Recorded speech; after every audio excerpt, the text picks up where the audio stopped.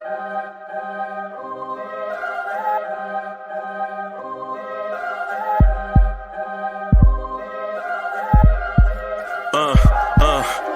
rank where the view is nothing less than phenomenal. For how I express and project from my abdominal. The only view better, both my daddy and my mama know. No living parents, my sons give me balance. My wife is my serenity, this mic is my identity. The world is foul enough, that's why I write without obscenities. Provoking danger with broken language and spoken anguish. Begging to get hurt, why would you ask to go through changes? Yes, Lord, life's a chessboard, master the angles.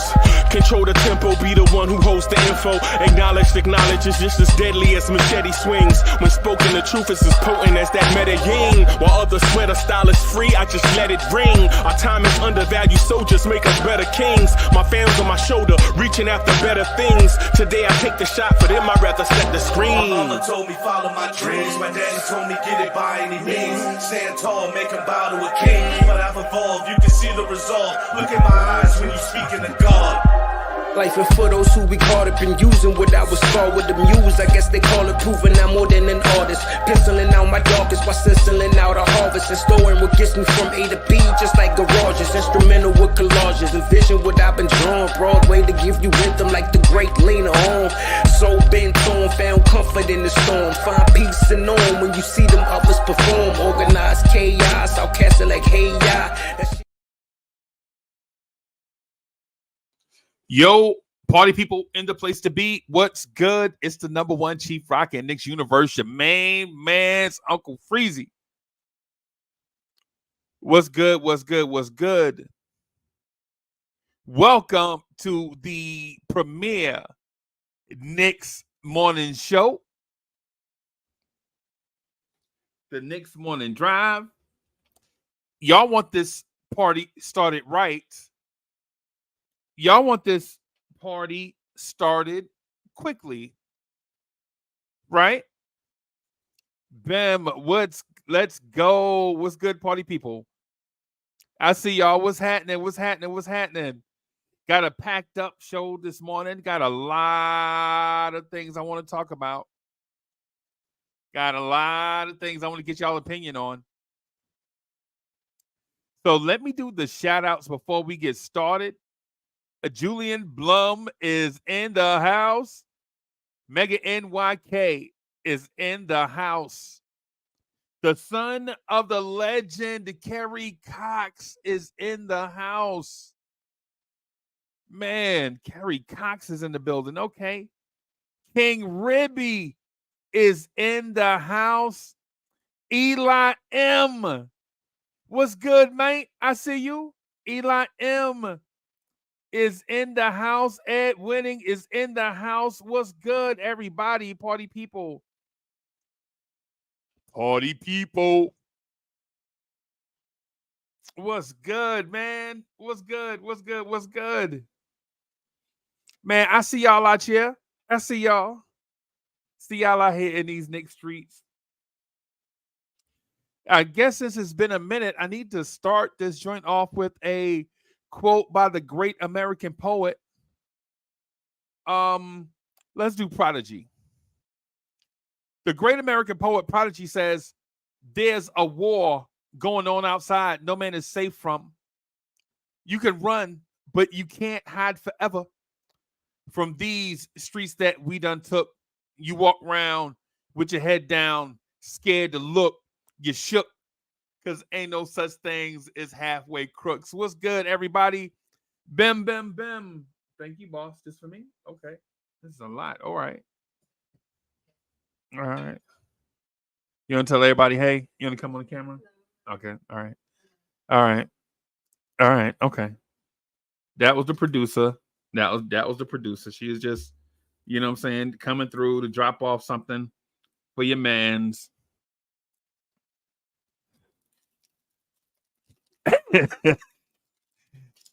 JB, I see you. It's gonna get funky.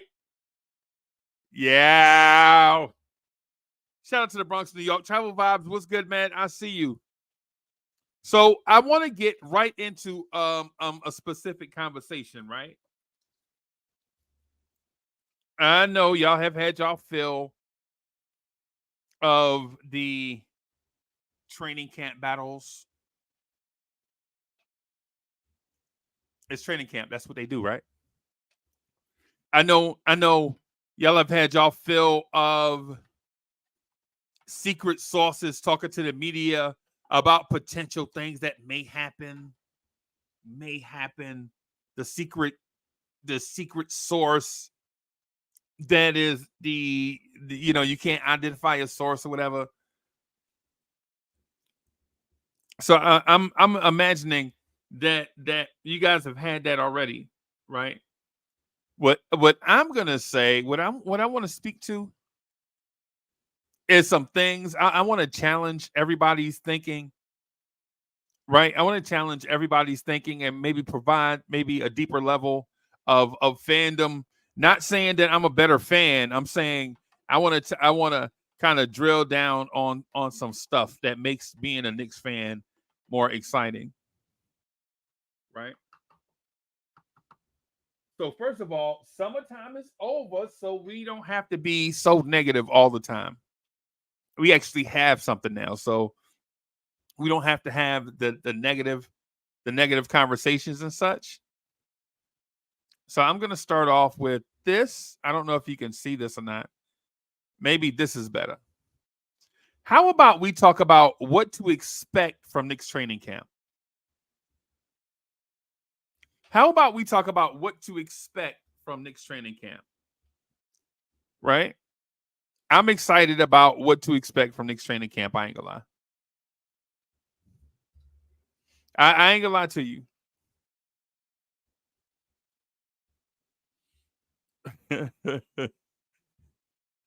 Yeah, man. Yeah, man.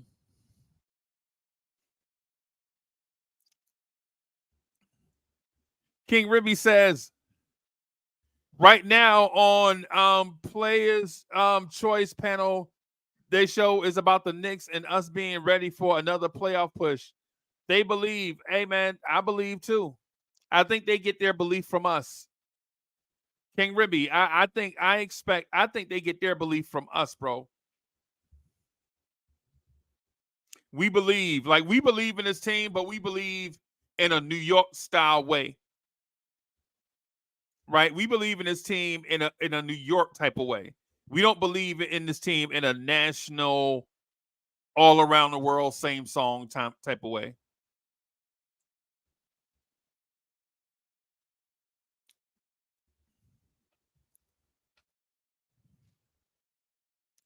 And Kerry Cox says, I expect a battle at the shooting guard position.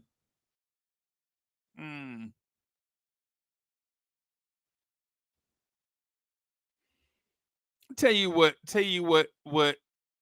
I think we should expect, and then we'll come back to that too. I'm gonna star this comment. Battle at the shooting guard position. Let me star that one.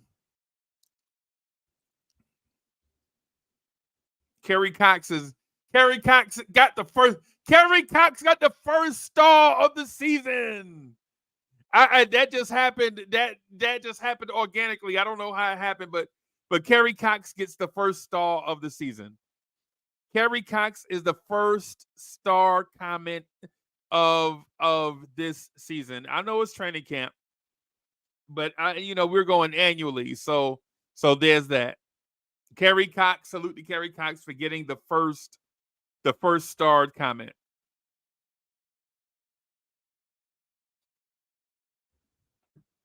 Ooh.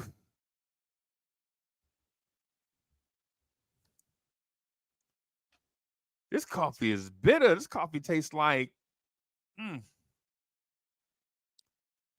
So hey, Miss Mocha, can I have some of that stuff to put in here?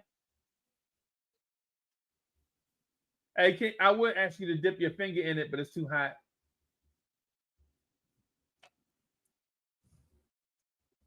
So what to expect from the Knicks training camp. The first thing I expect the Knicks to do in training camp. Oh, you mean just pour some in there just a little bit? Just a little bit. Just a little bit. Wow, that's too much, ain't it? Oh, ain't that went in? Okay. Okay. Thank you. So the thing I expect out of training camp, I ain't even gonna lie to you. The first thing I expect out of training camp is a high level of competition. Right? That's what we should expect out of training camp. Thing number one is every minute that's allotted is gonna be a battle. Sherwin W is in the house. What's good, Sherwin?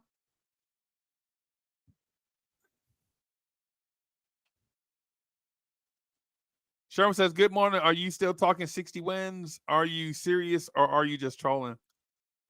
Hey, Sherwin, I meant to tell you, bro, I see you in other spaces, man. I've been seeing Sherwin W out there in other spaces, man. I see a lot of y'all out there in other spaces too, man. Y'all doing y'all thing, man. Y'all really want that Knicks content, man. Hopefully this season will be better.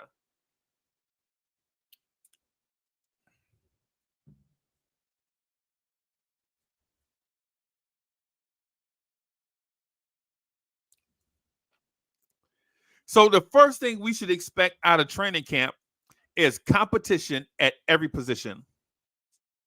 Right? In previous years, there were competitions at some positions and no competition at others. I think this year or this training camp, everybody is going to be pushed. And yes, I'm including Jalen Brunson. And yes, I'm including Julius Randle. I'm including Mitchell Robinson. I'm including RJ Barrett. See, because now you can't use excuses anymore. Right? There are no more excuses. There are no more, oh, he was just young. Don't worry about it. He'll be better next year. Nah.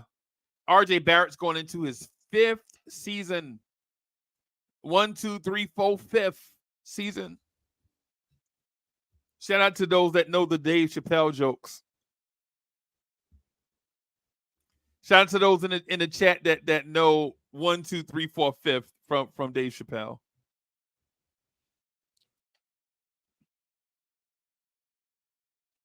Jalen Brunson can't just get minutes because he's the veteran point guard and he's a leader on the team. Right? Because now you expect guys like Grimes and Quickly and DiVincenzo and Deuce McBride to all come back to this camp better than they left last season. And for that reason, every minute that Tibbs has there's going to be a battle for it. Every role, there's going to be a battle for every role, for every minute, for every shot.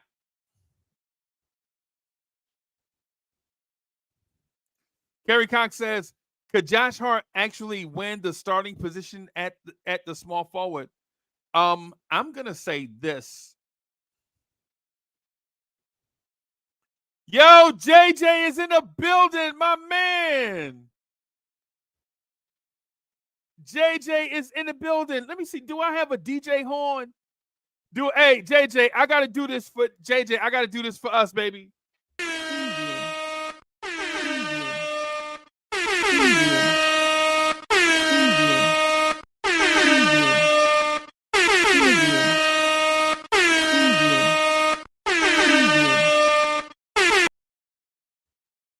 JJ, I got to do that for us. JJ, I got to do that for us, baby. We didn't win a playoff game. We had a losing record, but I feel like we won this season.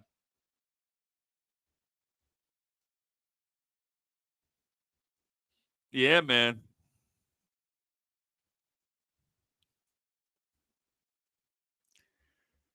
So the thing is, what to expect from the Knicks this training camp? I said competition. I think there's going to be competition. I think there's going to be competition at every turn, but at the same time, At the same time, I can answer Kerry Cox's question with this. No. Josh Hart is not what you call a winner when he starts. You've never seen Josh Hart in any capacity, whether it's starting two, starting three, whatever, pseudo point guard, whatever. You've never seen him play winning basketball as a starter. Now, and I'm talking about in the NBA. Now, what you have seen is Josh Hart be an excellent contributor off the bench once he's added to a good team. Right? What I'm going to say to you about Josh Hart, and listen, and the further we get away from last season, the more I'm open to Josh Hart.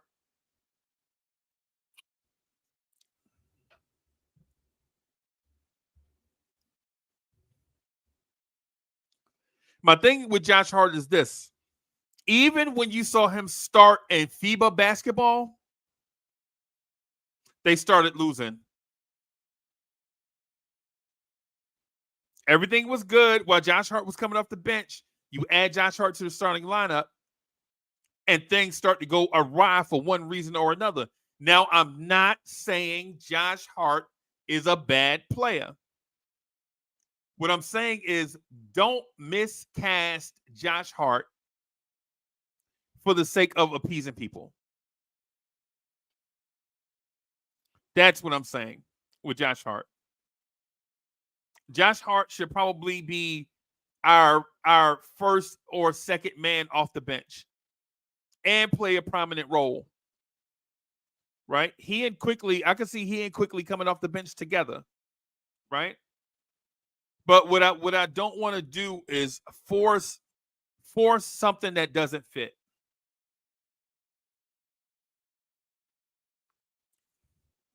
We don't want to force something that doesn't fit.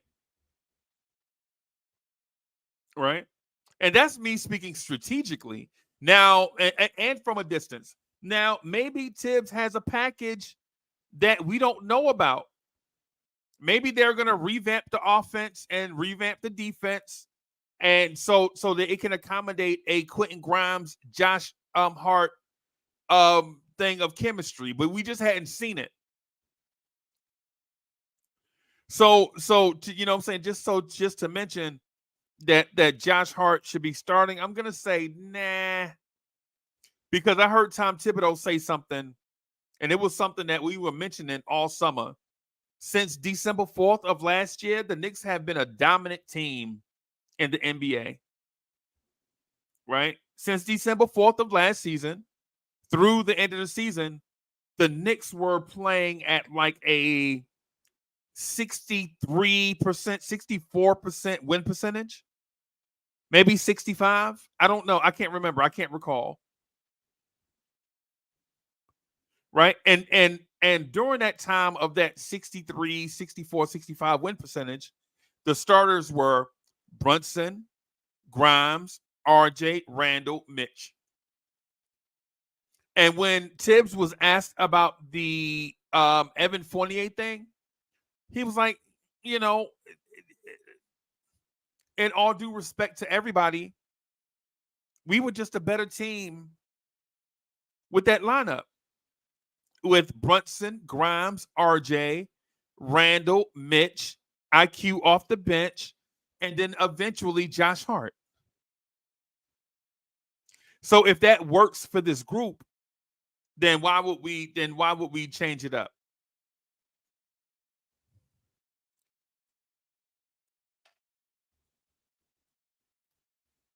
Sherman says Hart is a good change of pace on a good NBA team.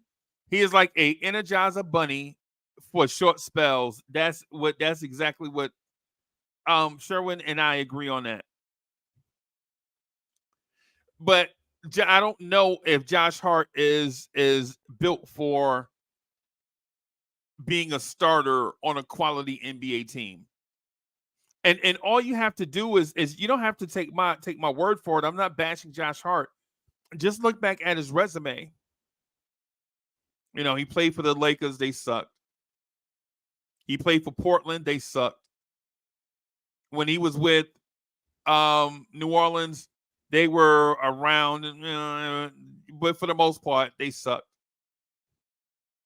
And when he got here coming off the bench, he thrived in a certain role. The Knicks were on the way to the playoffs.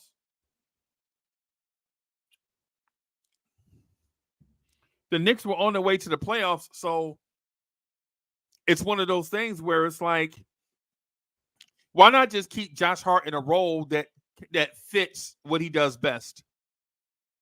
Energy guy.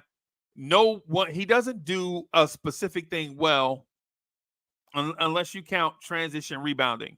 If you count transition rebounding, yeah, he's that guy. He's that guy. But when you put a body on Josh Hart, like most 6'5" guards in the NBA, when you put a body on them rebounding, they don't rebound well. But if you're talking about a scramble, rebounder where people are looking for Josh Hart is that dude. When you're talking about the scramble rebounders, Josh Hart is that guy. If you're talking about Josh Hart just going into the paint and rooting out Giannis, no, it's not happening. If you're talking about Josh Hart going into the paint and rooting out Jimmy Butler, a small forward, no, it's not happening. Right? But I say that not to be negative about Josh Hart because he's good at what he does. You know what I'm saying? But if you're talking about a quality NBA starter, maybe in stretches, but not. I can't see him being named the starter day one out of training camp. I think that would be a serious misstep, and we would probably have to look at the front office. Like, is the front office making Tibbs do things he doesn't want to do?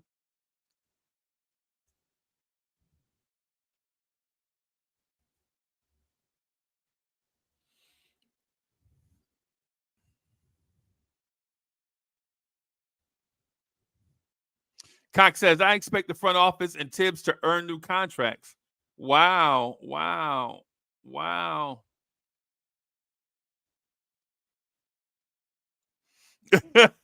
Hey, and JB said, and shout out to the what do you call it? What do you call guys that do what Julian Blum does? Is he a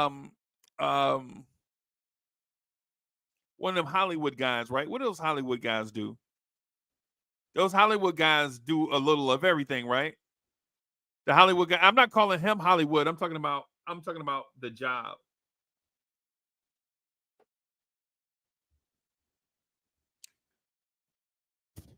Yeah, shout out to so he's an executive producer. Shout out to the executive producer Julian Blum. That produces everything, man. Whatever you want, whatever you need, Julian Blum, he got you.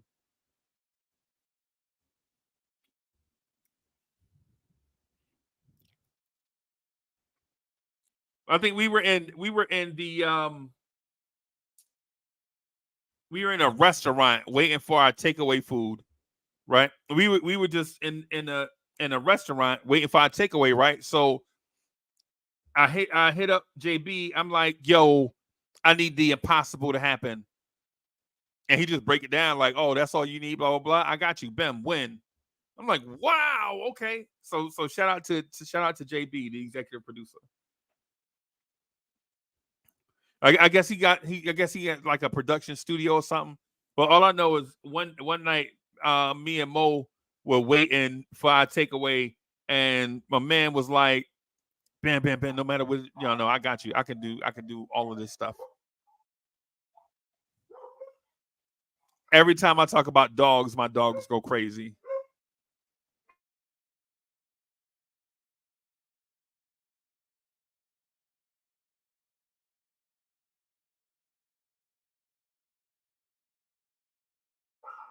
I have a pit bull named Benny. We actually named him after a character in this movie on the poster back here behind me.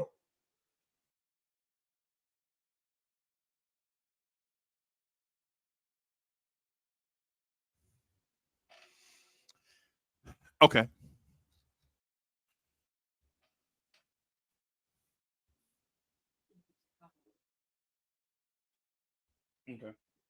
All right, I'll do that.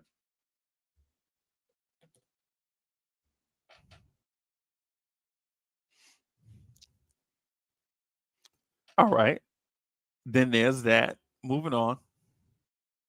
So, what to expect from Knicks training camp, right? What I want to talk to, what I'm going to ask y'all. Y'all want me to get into my Josh Hart thing, or y'all want me to save it for something different?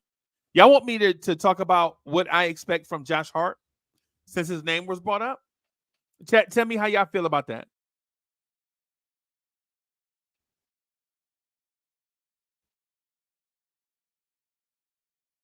So Cox says, got to move Fournier with one of those OB second round picks. I want to speak. I want to speak to that, but I want to say this first though. I want to do this first though. So JJ, you know what? Since we have Josh Hart on the four, since we have Josh Hart on the four of our minds, what I'll say is this: I think Josh Hart is going to surprise a lot of people this season. I think Josh Hart is going to be borderline all-star conversation. Oh, let me dial that back some. He's going to be borderline six-man of the year conversation. But I don't think he'll win. I think Josh Hart is going to blow us away. Right? Corey Lee is in the building.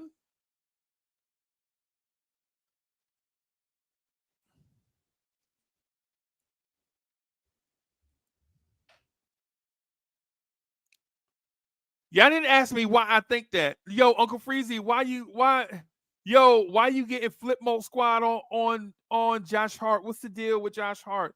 All of a sudden you love Josh Hart. Nobody even asked me that.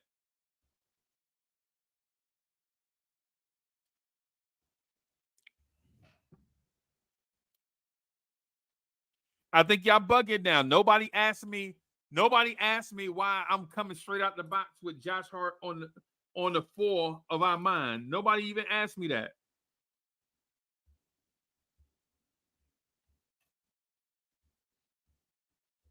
Nobody asked me that, and then nobody insinuated that since I'm showing Josh Hart love, I must have flipped on somebody else. Nah, it's not that.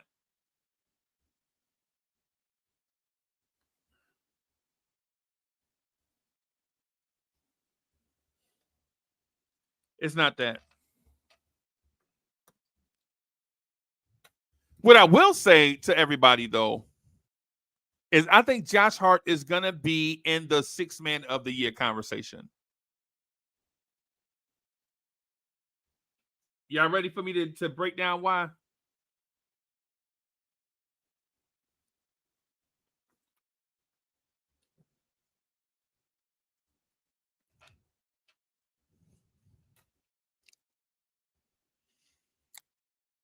I think Josh Hart is going to be the conduit of the second unit. I think Josh Hart is going to be used as a Draymond Green type player on the second unit. Right?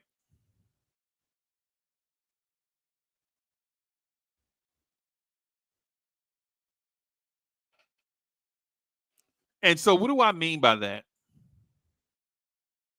What do I mean by Josh Hart is going to be a Draymond Green type player on the second unit? What do I mean by Josh Hart is going to be a conduit?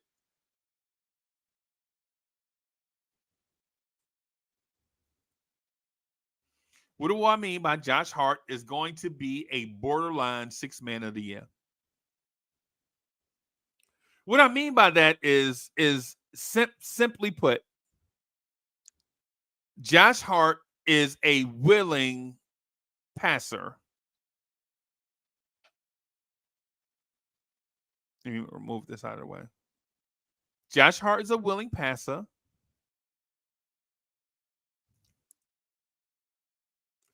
Josh Hart is a pretty good rebounder, and he's a willing defender. I personally think Josh Hart is a average to bad defender, but his energy and a willingness to be good is there.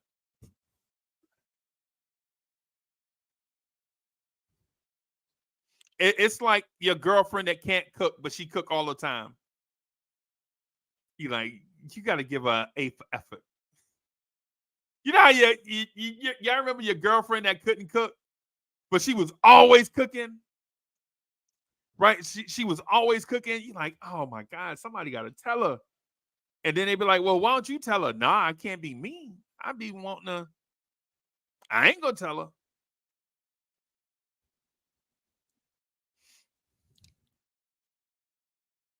But what I think Josh Hart will do in a Tom Thibodeau defense is get the principles and the IQ from Tom Thibodeau to become a better, more well-rounded defender, right? And play within a team concept. I think Tibbs, with a full training camp, a full offseason, will get Josh Hart to put I before E except after C. Y'all get what I'm saying? And in turn, what I think Tibbs will do is let Josh Hart help in running the second unit offense. So I know you got what you guys are saying is, what does that mean? You said borderline. So what I think Josh Hart will be this year for us is about 9 points, maybe 10, 9 or 10 points a game, right? About 6 or 7 rebounds and about 5 whole assists. So what you'll see from Josh Hart is not a guy that's going to come out and try to score 30 a game and then be Paul George on the other side. Nah. What you'll see is an average to above average defender within our system, a guy that gets a rebound and pushes it in transition. In transition, sprayed out to the corners for 3-point shots. Say for instance, what the Oklahoma City Thunder do? Get the rebound and sprint back before the other team's defense sets, right? Put your 3-point shooters in a corner and drive to the basket, attack the basket before the defense is set, right? Josh Hart gets the rebound and go and attacks in that SGA type way. Is he SGA? No, I'm talking about the system. He won't get nearly the attempts that SGA gets at that. But on our second unit, what he'll do, grab a rebound, get out in transition, push it, look to attack the rim. If the defense caves, kick it out to a DiVincenzo or a Quickly for 3. If none of that is there, pull it back out and give the ball up to DiVincenzo or Quickly so that we can set up offense. And for that reason alone, I can see Josh Hart at about 9 or 10 points a game. Let's say 10. Let's say 10. 10 points, 7 rebounds, and 5 assists. Now, those numbers sound like, man, that's it. He'll be Mr. Triple Single for us. That's exactly what this team needs, everybody. This team right now needs a Mr. Triple Single, and Josh Hart is going to play that role for the Knicks in spurts.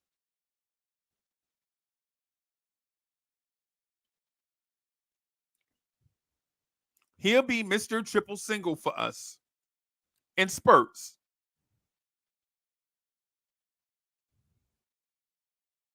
Right? That'll be excellent for us. So now where we see, you remember last year, our biggest thing was, man, we can't hardly generate offense, man. We always ISOing, man. Tibbs' offense is outdated, man. All those things that we used to say last season, simply by adding Josh Hart as Mr. Triple Single, it alleviates not all, but a lot of those things that we were mentioning that we complained about.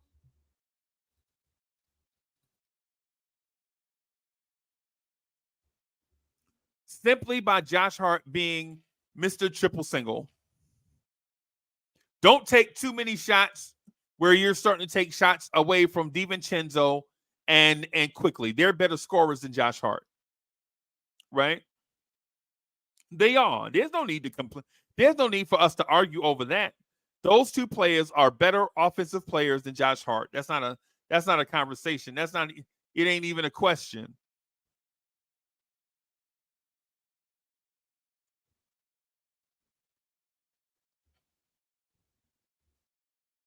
But what that does is it keeps Josh Hart touching the basketball in those specific times where he stays engaged. Right? When he stays engaged. Now, here's the thing. Here's the thing with the Josh Hart thing. If you put Josh Hart in that role, you can't really afford for him to get injured because we don't have another guy that's going to do that thing with that unit.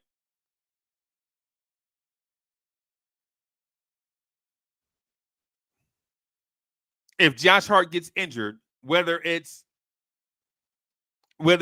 for a while or for a spell, we can't afford for Josh Hart to get injured because even though Dante DiVincenzo is approximately the same size, he's not Josh Hart. Right? And even though RJ is bigger, RJ's not tough like Josh Hart. Let's just say that. So if you ask Josh Hart to be Mr. Triple Single, what you do is open up the Knicks to get about 3 or 4 easy about 7 or 8, maybe 9 easy looks a game and get about 3 or 4 easy field goal makes per game. Now, what that does is all of a sudden that offense that gets muddied down in those long stretches where the Knicks go without scoring, Josh Hart off whatever it is, off a make, off a miss free throw, off a miss three-pointer, you get that ball out and you go. You push it before the other team sets their defense. Right? You get out and go before the team sets their defense, and now you have quickly DiVincenzo, Hartenstein, the Kylo Quinn dude. What's his name? The Kylo Quinn looking dude. Nate Knight. You get all those dudes with easy looks. Now, I'm not guaranteeing they're going to make these baskets, but what it is it creates that energy to get out and run. And if you've been watching the Knicks long enough,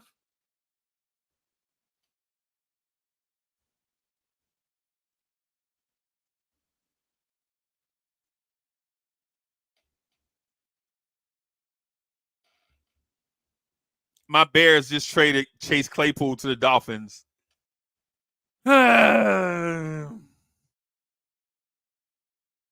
So what I'm getting at ultimately is if you've been watching the Knicks long enough, you know that the Knicks rarely get out and run, right? And teams that rarely get out and run generally have to do one of two things.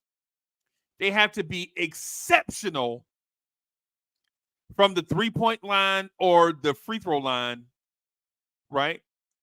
They have to be exceptional from the free throw line or the 3-point line, or they have to have at least 2 exceptional ISO scorers. And in our case, we have 2 exceptional, maybe 3 exceptional ISO scorers in spurts, but we don't have a dominant ISO player. Maybe Brunson. Maybe Brunson's a dominant ISO player. His footwork is great, right?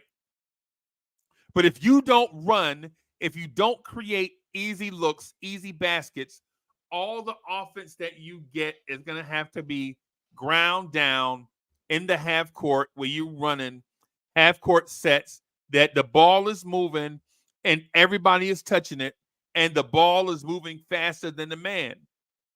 Do you trust the Tom Thibodeau offense to do that? Do you trust the Tom Thibodeau offense to do that?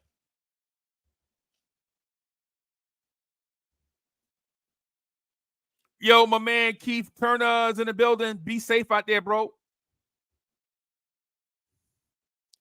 Keith Turner is probably somewhere. This is my guy. I can joke with him, right? I can joke with Keith Turner because this is my dog, man. Yo, Keith Turner is probably somewhere sitting on top of a missile, smoking a Newport. I just imagine Keith Turner being that guy. I just imagine Keith Turner being that dude. Like somewhere sitting on top of a missile, right? A rocket, smoking a cigarette like, nah, I got it, bro. I'm good. I'm super cool with it. Sherwin says, teams who don't get out and run do purposely for defense. They are normally slow defenders. Teams who slow it down are normally the best defensive teams, right? Okay. No. No. I'm going to say I see that. I'm just going to scratch. I'm going to draw a thin line through the word normally. Right? Right? Because what teams have done historically is smother you defensively, force a bad shot, get that rebound, and get out and run. The GOAT, Jay Boogie, is in the building. Jay Boogie says, shout out to the chat and the panel. Blessings. Health and happiness on this beautiful Friday. Keith smoking a Lucy that cost $4.35 at the bodega. Salute. Yeah, man. Hey, I probably might throw a tax on that. That might be like $4.67 per Lucy. Salute to Jay Boogie.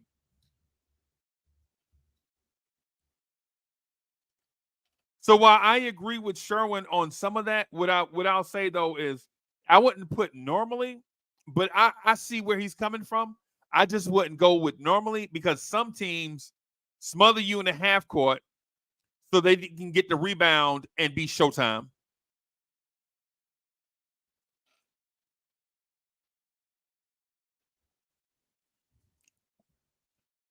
Think the 86 Celtics.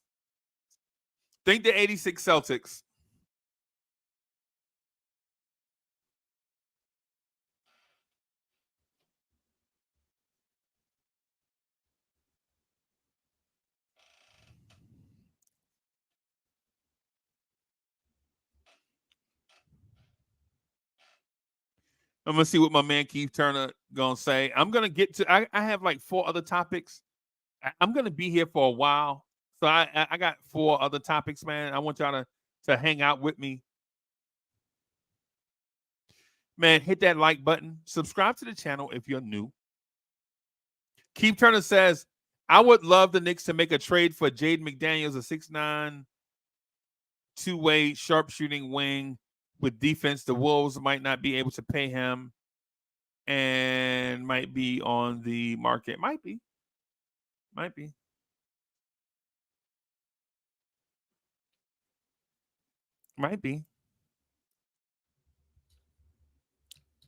Keith Turner, I'm gonna say something to you about and it's gonna sound mad strange. Don't take it strange, right? Don't the technique, the delivery is gonna be strange, but don't take the message in a strange way, right?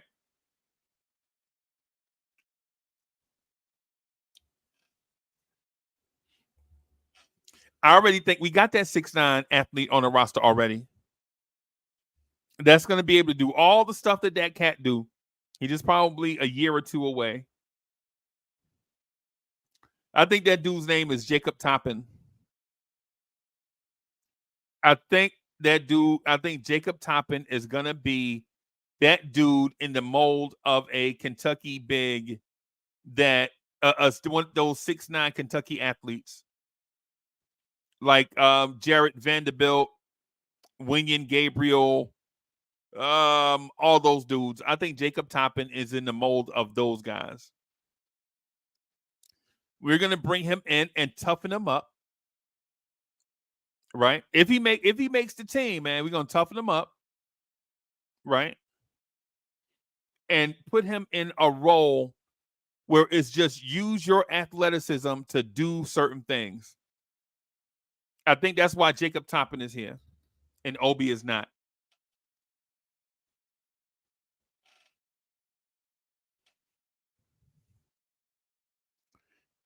I honestly believe, you know what? I'm going to save that for last.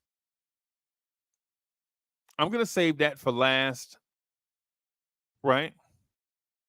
But I want to talk about before I want to do a Dearly Departed.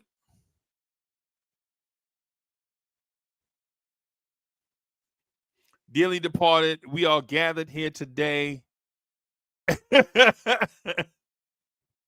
Dearly Departed, we are gathered here today for this thing called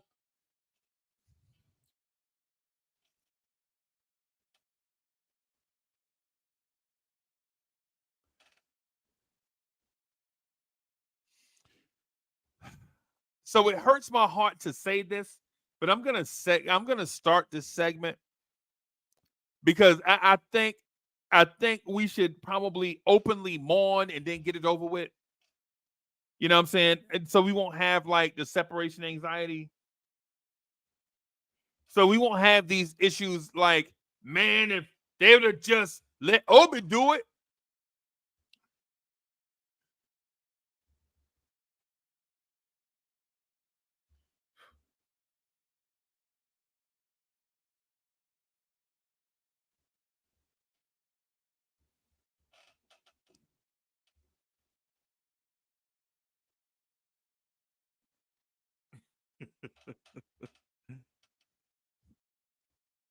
So here's the thing. So what are we to say about Derrick Rose in Memphis? And what are we to say about Obi Toppin in Indiana? And what are we to say about Trevor Keels wherever he is? I don't even know where Trevor Keels is at, bro. What are we to say about Trevor Keels? Y'all let me know. Let me know how y'all feel about the departure of these guys.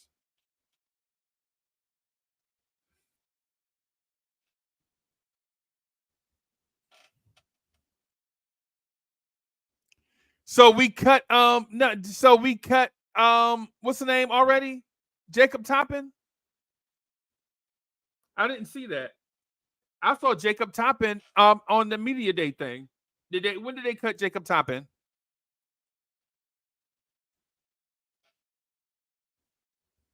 When did they cut Jacob Toppin? I didn't see that. I'm gonna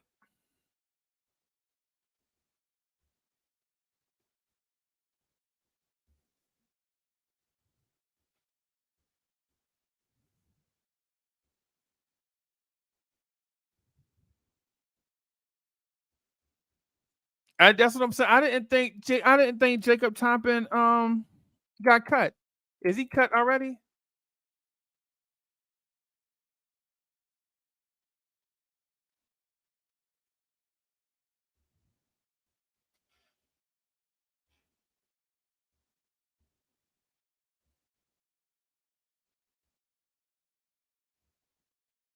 Yeah, I don't see it.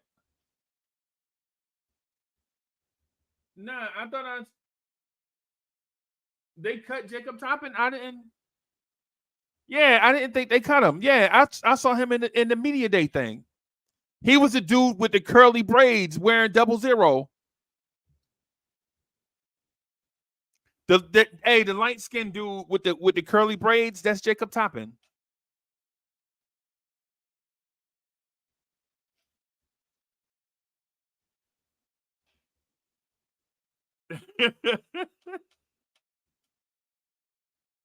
yeah, he was at media day wearing 00. He was a dude with Quickly and Grimes, walking around with Quickly. The dude, he got the real curly hair, like had the braids, wearing number 00. I thought that was him. Right. Yeah. And now, unless there's something out there that I don't know about, but my thought was he here, and to be honest with you, to be quite frank, I thought they had a role for him. I thought he was going to make the team. I thought Jacob Toppin was going to be the 14th guy, and either Daquan Jeffries or Charlie Brown is going to be the 15th guy. Right? Because don't forget about Dylan Windler. I think Dylan Windler is going to make the team out of training camp. I think Dylan Windler is going to be in that Steve McCulloch spot on the roster. Right? And then I think Nathan Knight or the other kid that's always hurt, Isaiah Roby. I think Isaiah Roby or Nathan Knight is going to be in that Obi spot. Now, not in the Obi role. I'm not saying the Obi role. I'm talking about in that Obi roster spot. And I could see Jacob Toppin and Jalen Martin in the two-way spots. And that's it. No new additions.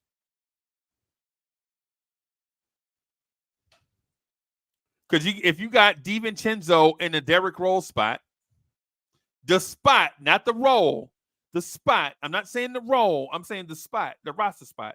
If you got DiVincenzo in the Derrick Rose spot, right? And if you have Nathan Knight in the Obi Toppin spot, right? That only leaves room for 3 other spots, right? Because spots 11 and 12 are reserved for our babies, Jericho Sims and Deuce McBride. Now you're talking about 13, 14, 15. Well, who's going to be in 13, 14, 15? I think Jacob Toppin is going to be in that 14 spot. Charlie Brown in that 15 spot, and that leaves one more spot.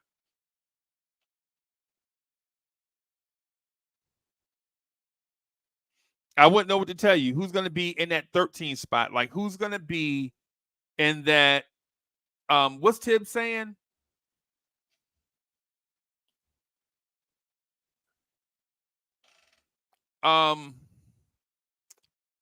Geez, what's the Tibbs saying? What's the Tibbs saying where you out of the rotation, but you're like just an injury away from being situational? Right. I think we have 3 situational players. That's Deuce, Jericho Sims, and player number 13, whoever that is. Number 14 is not playing. Number 15 is not playing. They're probably practice play. Ryan Arcidiacono is player 13. Ryan Arcidiacono is player 13. So all that leaves is 14 and 15 for. And I think Dylan Windler might now that I think about it, you don't sign Dylan Windler to cut him, right? I think Dylan Windler is going to make the team also. I think Dylan Windler is going to make the team. So that last spot, Charlie Brown, Daquan Jeffries, Jacob Toppin. I think Jalen Martin is one of the two ways that they keep. So they may keep a veteran. They may keep Daquan Jeffries and then have Jalen Martin and Jacob Toppin be the young two-way players.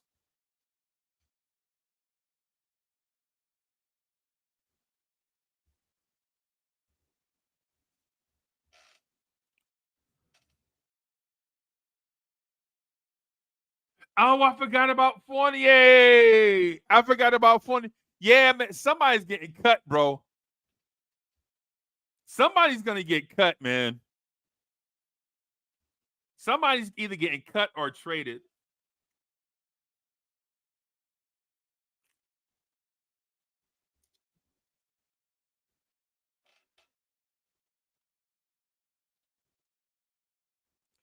I forgot about Fournier, man.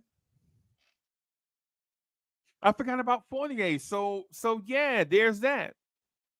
Because you're not gonna have 27-year-old dudes being your two-way players. That makes no sense. You're not gonna have Charlie Brown and Daquan Jeffries being two-way players for you. You might have them in the G League. You might have their G League rights.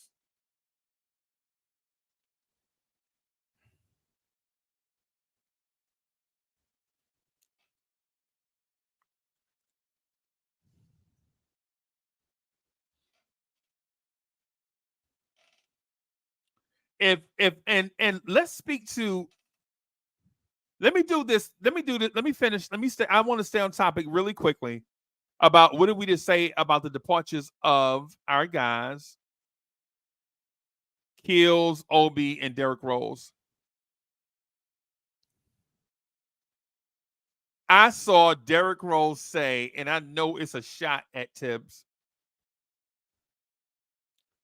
I saw Derrick Rose says, man, it's nice being on a team where the point guard initiates the offense.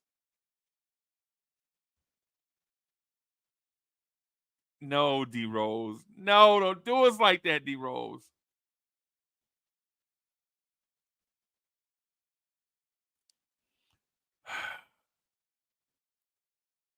Derrick Rose said in his Memphis interview,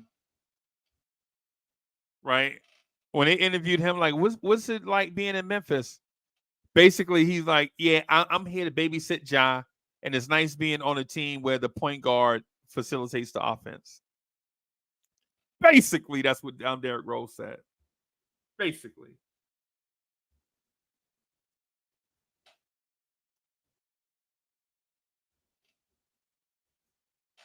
Basically, that's what Derrick Rose said. And to me, it felt like a shot.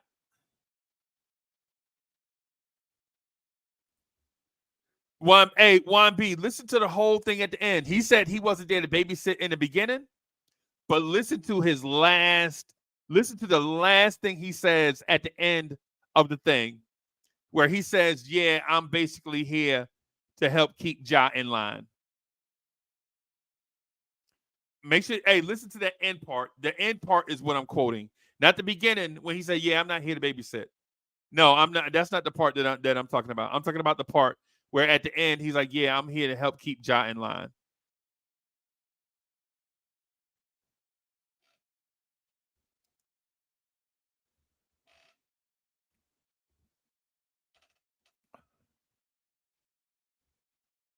And so what I gather from you guys is nobody's missing Obi. There's no Obi love. What are we to say about Obi? No Obi love. What kind of human beings are y'all? Ain't no love for Obi.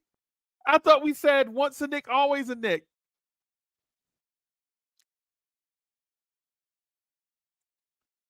I thought we was out here saying once a Nick, always a Nick. Man, dang it.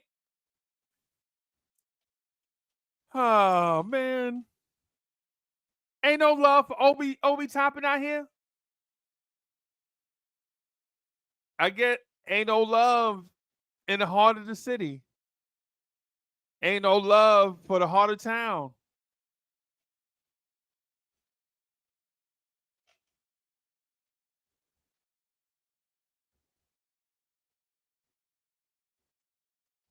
Dripmore says, uh, ain't no love for the heart of the city. Yeah, ain't no love. Yeah, that Bobby Bland.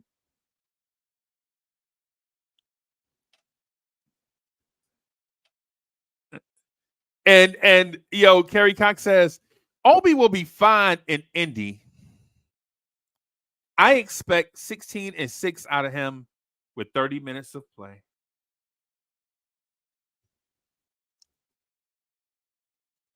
And G. Robinson says, nah, you leave the Knicks. Rocks you can kick. LOL. Spoken like Yoda. For anybody that's a Star Wars fan, any Star Wars fans out there, man, put your joint, show some love for Star Wars in the chat, man. Nah, you live the Knicks. Rocks you can kick. Spoken like the Jedi Master.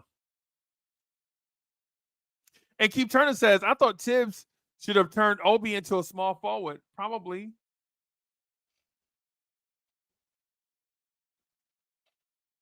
And Juan B says, yeah, Star Wars is fire.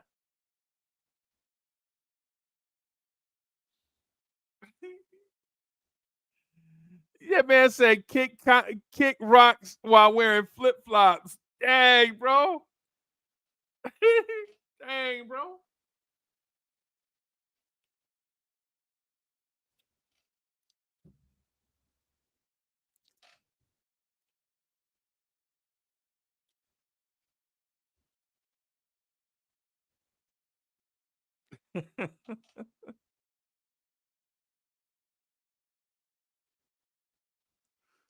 Well, here's the other thing. So if there's no love for Obi, right? I mean, he's a Pacer, right? And the Pacers historically have been an enemy of the state.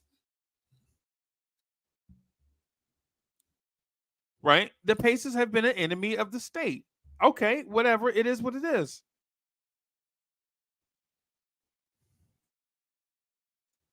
It is what it is. So I'll move on from that and then get on this.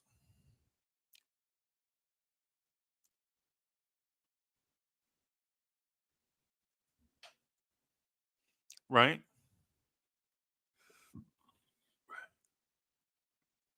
This is one thing. This is one thing I think Knicks fans have been wanting to talk about. I didn't want to start off with this because I know you guys are you know, this right here has been a rock in your shoe.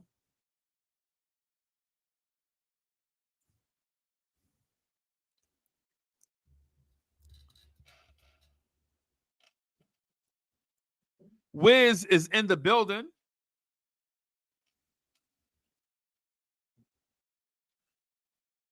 And this is zero sugar Sprite, by the way, for those that's counting.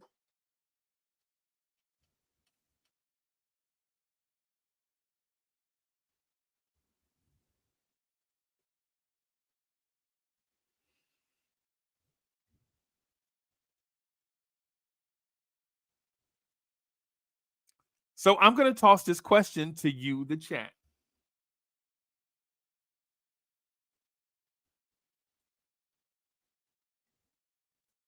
Sherwin says, I can't understand why we are still talking about Obi. No. Hey, Sherwin, look at it for what it is, bro. We just want to get that Obi out of our system so we can no longer have these retro Obi talks. We just want to put that on the table and get it out of our system and move forward with the current roster. Just get it out of our system, bro. You know what I'm saying? That's all that is. That's all that is.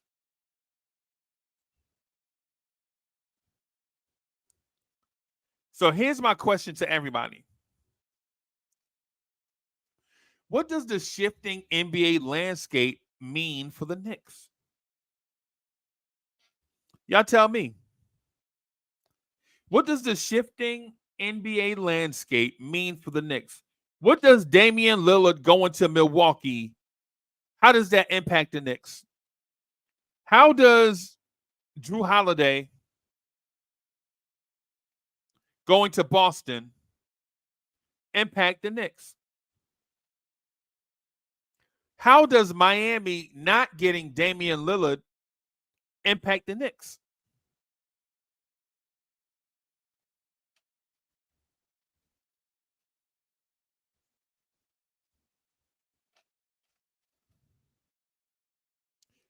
A lot Wise is in the building. What's good, sir?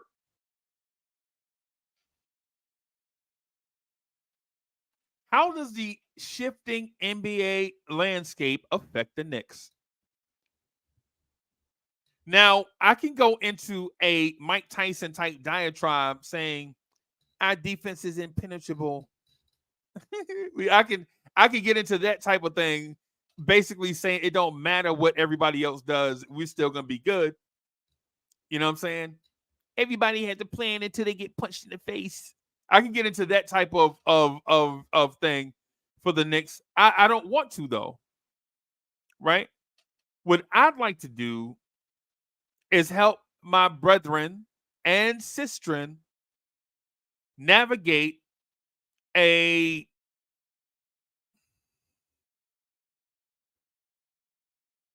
fluid offseason by other teams and a static offseason by our team.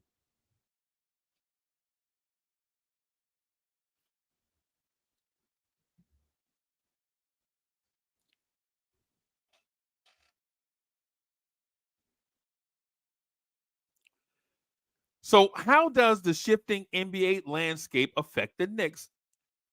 I'm going to add my things to it.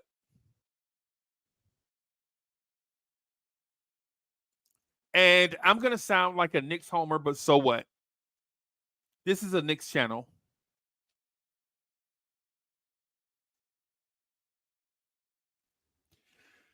Chief Turner says, I just don't think a roster full of small guards are taking us very far.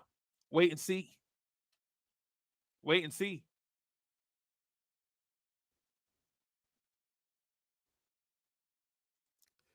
I think that's a loaded statement because you watched a roster full of small guards get us to the second round. Maybe the statement is, I don't see a roster full of small guards takes us any further.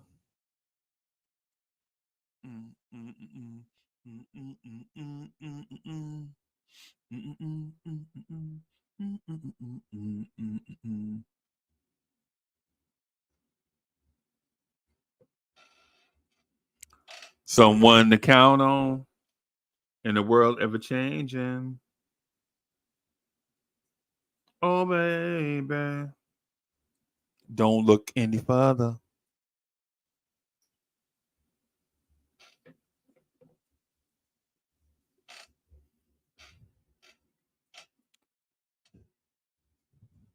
Alawan says, as long as we can be healthy, I don't care what nobody else does. Okay. Okay. Okay. Okay. And YB says preseason is upon us. The East, I wouldn't say is open to take, but Bucks, Boston have improved for what they needed in some ways. Lost a few things. Lower seed teams got healthier and improved too.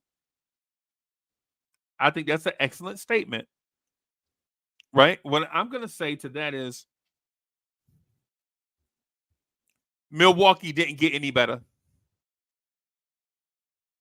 And what I'm going to say to Boston, oh my God, they got Porzingis.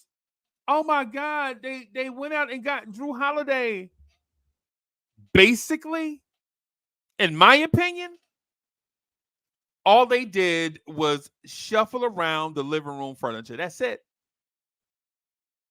Boston went out and got a defensive-minded point guard to replace their defensive-minded point guard. Oh, whip-de-doo.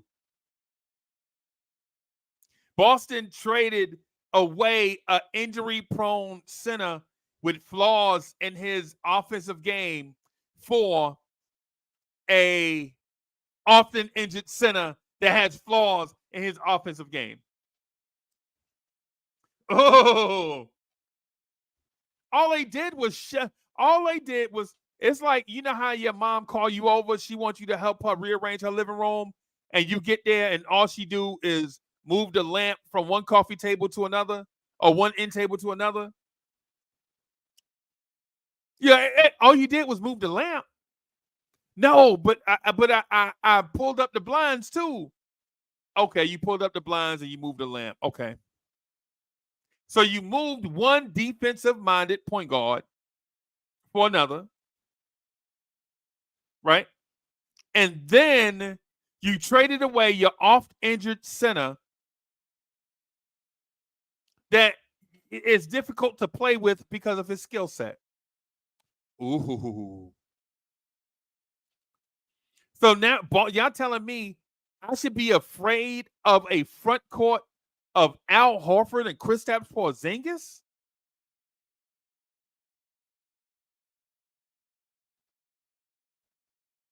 That's what I'm afraid of?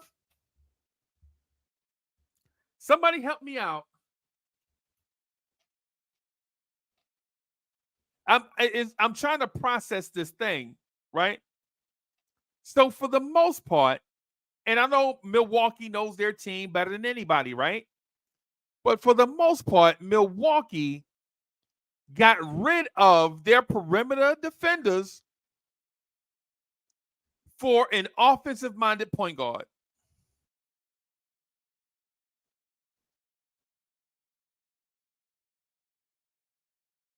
Right? And Boston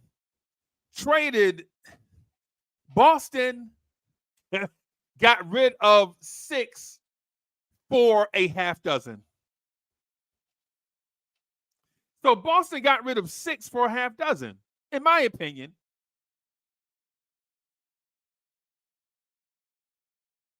Now, even with that said, you look at this thing like, well, what about the Knicks? How does it affect us? What did the Knicks do? The Knicks are doubling down on the fact that their young core has matured.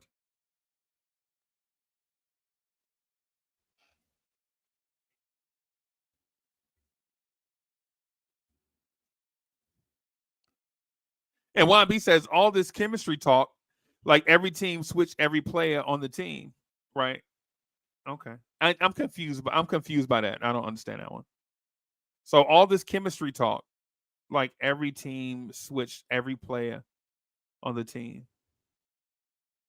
I'm confused by that one. Are you talking about key players or because I'm just talking about key players. I don't, man, in terms of who they're 12, 12, 13, 14, 15 two-way players. I don't care. I'm just talking about key players, right? I'm not talking about like, whoever their draft pick was. I don't care at this point unless it's an impactful rookie. But in terms of what the Knicks have done, the Knicks no longer have a young core. The Knicks have veterans, right? The Knicks have veterans. Deuce is a third-year NBA player. Jericho Sims is a third-year NBA player. Grimes is a third-year NBA player. Quickly is a fourth-year NBA player. RJ is a fifth-year NBA player. Mitchell Robinson is a sixth-year NBA player. So we don't have a young core anymore. Now basically the chickens have come home to roost. Now all this waiting, right? All this waiting, all the stuff that we waited for, it's time for them to do something. Time's up on incubation. The incubation period. Now, I'm not saying that these young players can't get better, but what I am saying is it's about time for them to contribute, and I think they will. I think you'll see the very best season from Quickly, the very best season from Grimes. You'll see the very best season from Deuce McBride. I see you think you'll see the very best from Jericho Sims. I think you'll see one of the better seasons from RJ Barrett.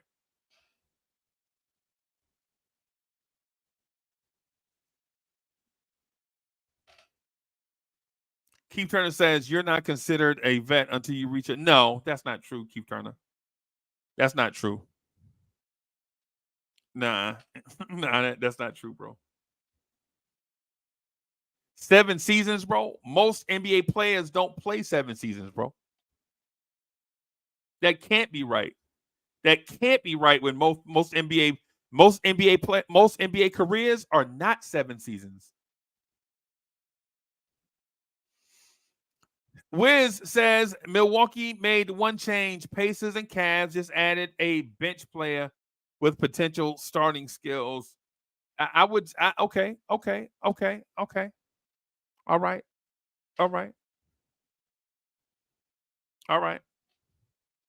I can see that.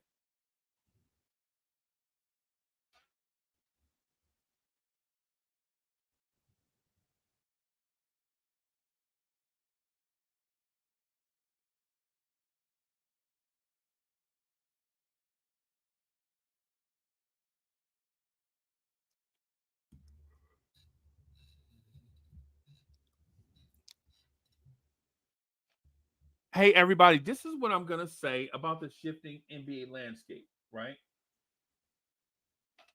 This is what I'd like to say about the shifting NBA landscape.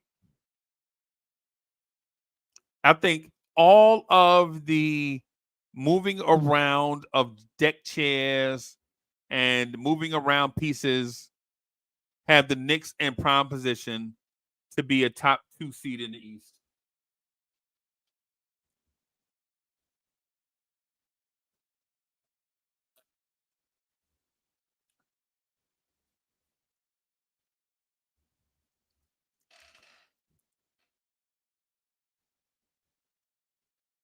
I think all the moving around has the Knicks in prime position to take advantage of a shifting NBA landscape. Because Milwaukee, while they do have Giannis, and I understand the Hulk theory, right? Regardless of what the problems are, we have a Hulk. You know what I'm saying? I understand the Hulk theory, right? Right? Hey, man, we can't shoot, we can't rebound, we can't, but we have a Giannis. Oh, well, okay, that solves everything. It's like the old Cleveland Cavaliers. They couldn't shoot, they were small. Their bigs were big and unathletic, couldn't rebound. The wing players couldn't defend. The coach sometimes looked clueless. You know what I'm saying? But it was okay because they had LeBron, right? I understand the Hulk theory, right? And the Knicks don't have a Hulk, right? So I get it. So a lot of times when we ask these questions, a Knicks fan will basically say, well, we don't have a Hulk. We need to trade for a Hulk. Just in case of emergency, we could break the glass and whip out a Hulk. Like back in the day when the Lakers, when Kobe would come out and be 4 for 17 from the field, you'd be like, okay, Kobe, boy, relax, Kobe, easy, relax. Bro, you 4 for 17 in the second quarter. Relax, Kobe. Let's dump that thing into Shaq. Shaq was their Hulk.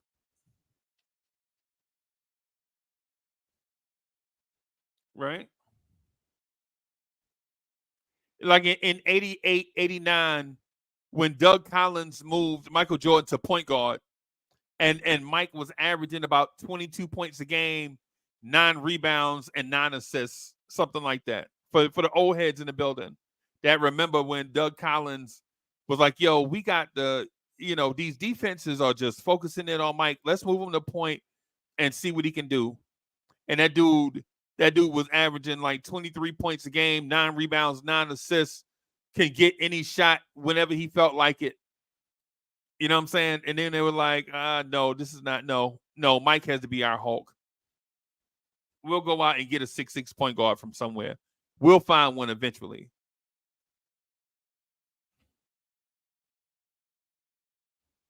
Y'all remember Pete Myers?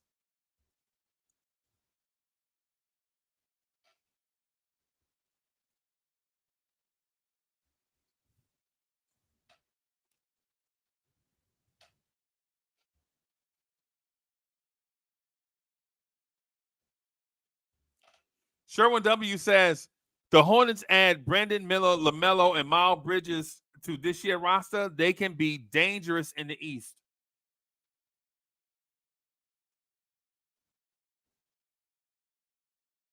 They ain't beating the Knicks, bro. They're not beating the Knicks. Ever. I'm willing to say that the Hornets won't be with this roster. The Hornets won't beat the Knicks again until Randall's contract is up. I'm going that far with it. I'm going so far with it. I'm going to say that this team is so good and so slept on that those teams, the Orlandos, the Indianas, the Wizards, the Hornets, the Pistons, they won't beat the Knicks for the rest of Randall's contract.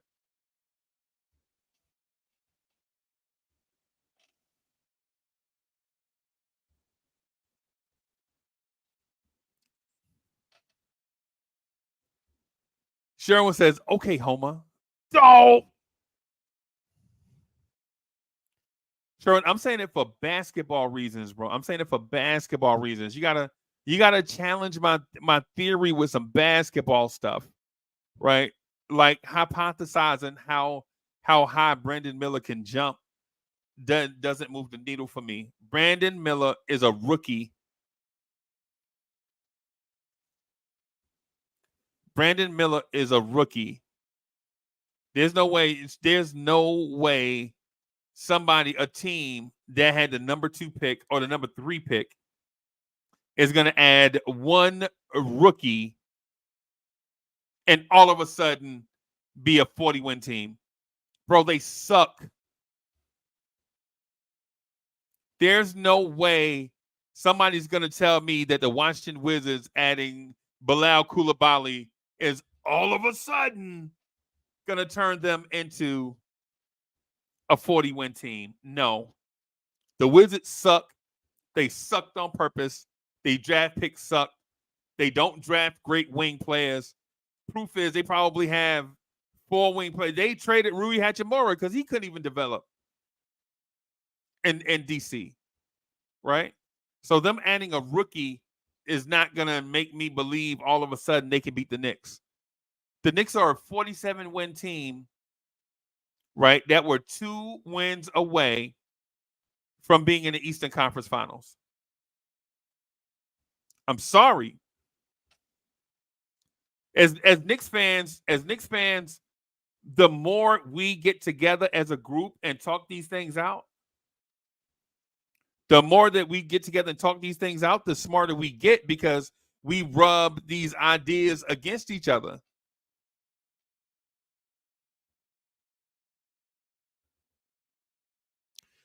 Wiz says LaMelo is a Kobe-like presence. It must be early in LA. What time is it in LA? Like 3 o'clock in the morning? LaMelo is a Kobe-like. Wiz, they can't be. Those two dudes are so different.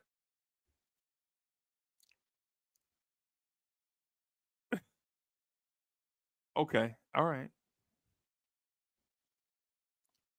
All right. I'm gonna stop reading the chat for a minute, man. I'm gonna just let me. I think some of the comments are like a runaway train. Some of the comments are like a runaway train. Like Wiz just said, Banchero has a LeBron-like impact. What?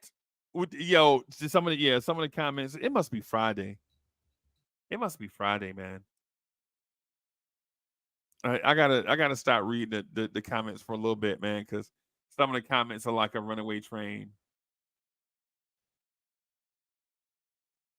Otherwise says LaMelo is nothing like Kobe. Wiz, you only talking because you got lips. Pause. Right. Nothing. Kobe and LaMelo. These two dudes, these dudes are so fun. Okay. All right. Maybe we just practicing. Maybe we just getting practicing our typing and all that stuff.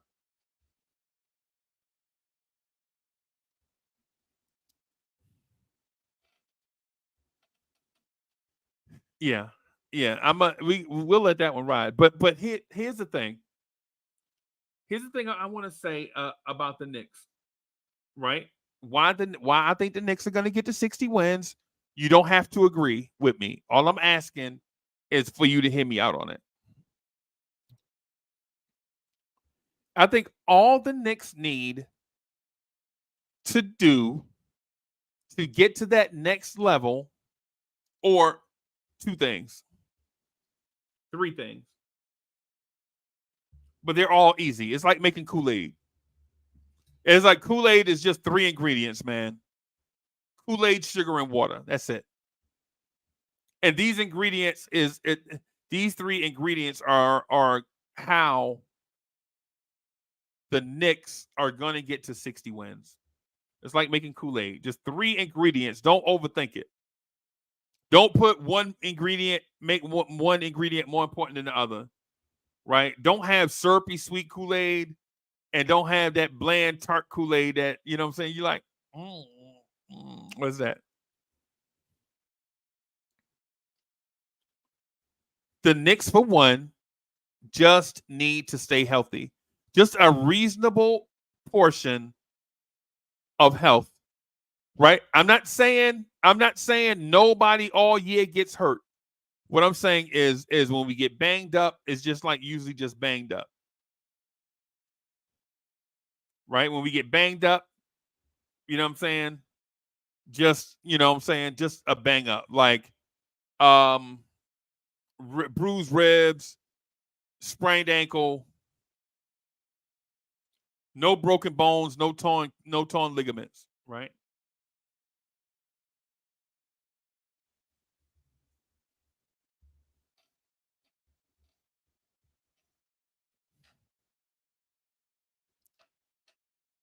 Oh, jeez.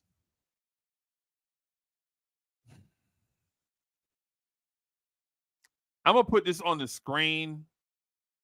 I can't. I don't know why Wiz is still saying this. I ain't gonna lie. Wiz thing is distracting me. This is distracting. I ain't gonna lie. I think we need some type of. Yeah, I'm distracted by that. But the Knicks need to stay healthy, reasonably healthy, right? Reasonably healthy.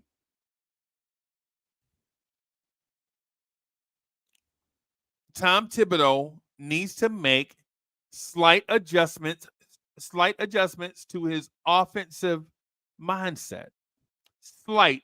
I'm not asking that man to change because he won't. So I'm asking for adjustments, and I think he's gonna capture that. I think basically how we read the tea leaves, right? How we're reading the tea leaves. That the Knicks are going to play small ball at times, and Josh Hart is going to be the Mr. Triple single in that small ball lineup.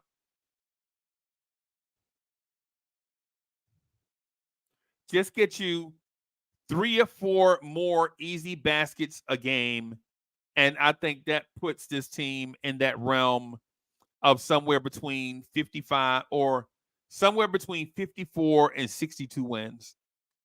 And the reason why I say 53, 54, and 62 is it depends on the degree of execution. If Josh Hart accepts that role, if he's a great orchestrator in that role, I can see the Knicks rolling off a lot of wins.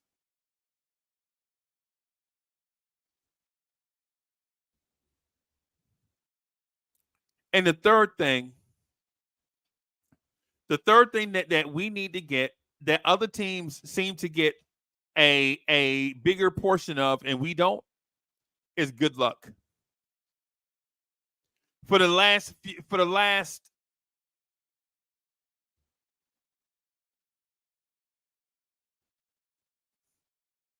50 years, the Knicks, or you know what? Let me say this. Right after Patrick Ewing was good luck for us. But from about 1980 to today, we have probably been getting about 3% good luck, 97% bad luck on everything. Free agents, trades, referee calls, player acquisition, roster construction, all that stuff. So we hadn't been getting the luck that most NBA teams get. Like how Steph Curry fell into the Warriors' laps. The era that you're watching right now in Golden State could easily be the Minnesota Timberwolves. It could easily be the Minnesota Timberwolves, right?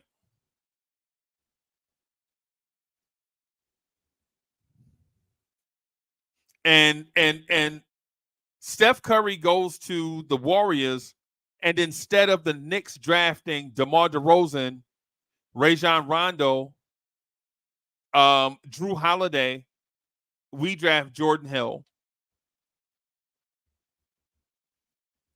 And we needed a guard at the time. We needed a guard. Panic went out and got Jordan Hill.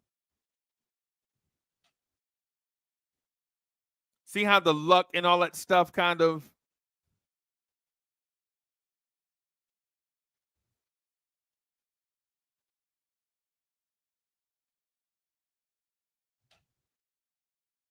So let me shift to this. Oh, let me. Where's okay? LaMelo's presence, not his game, can transform into. Oh, geez. Same with Buckhill. He have an impact on like LeBron had it when they get a chip with him alone. Mm-hmm. Joe White is in the building. What's good, Joe? What's good, boss?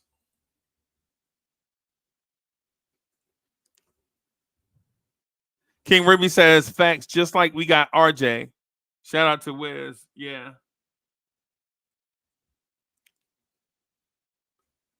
And Kerry Cox says, yeah, man, I was too, though. Kerry Cox, I was really good in college, bro.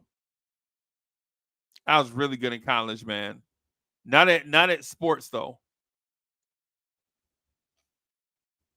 Not at being a student either.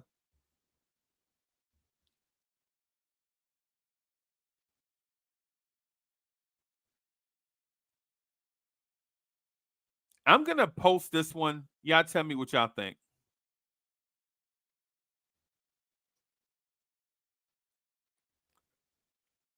What I want to see this season. That's right. What Uncle Freezy wants to see this season. What I want to see this season. It's going to make y'all laugh.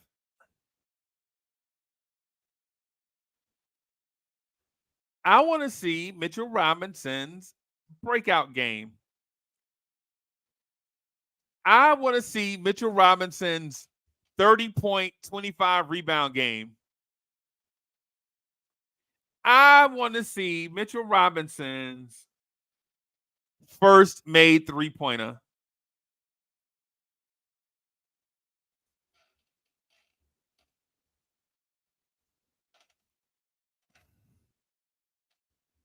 I want to see Mitchell Robinson's first made three-pointer.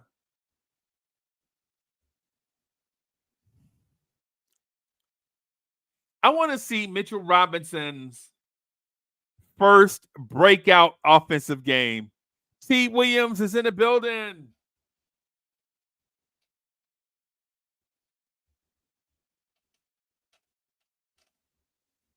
Right? And I'm not saying that Mitch is going to have 5 or 6 of these games. No, that's not what I'm saying. I want to see Mitch's breakout game. We're going on 6 seasons, right?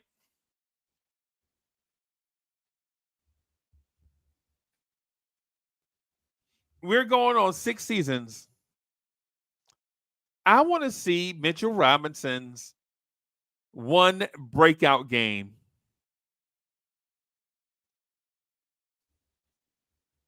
Right? This is what I want to see. Now, mind you, I'm opening this up for y'all to tell me what you guys want to see. What do you guys want to see?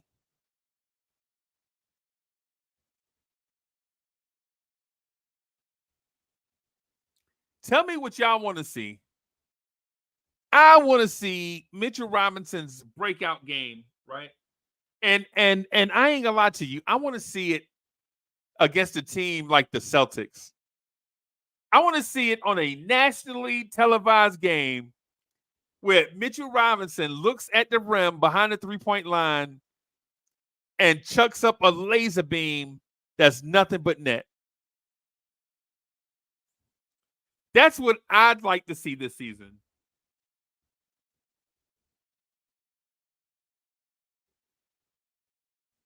Kerry Cox says, I want to see Mitch have a triple-double game.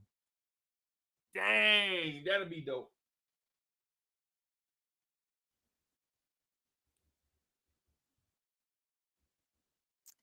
I want to see Mitch have a game where he's like, I want to see a game where Mitch is like 11 of 14 from the free throw line, 2 for 2 from 3, and 25 rebounds. What do y'all want to see? Tell me what you guys want to see.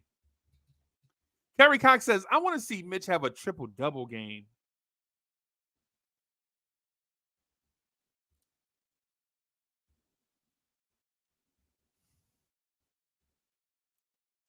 Oh, boy. Here we go. Now we get to the nitty-gritty, right? I want to see Julius Randle be more efficient. I want to see Julius Randle at about 55% from the floor, 40% from 3, and 12 rebounds a game.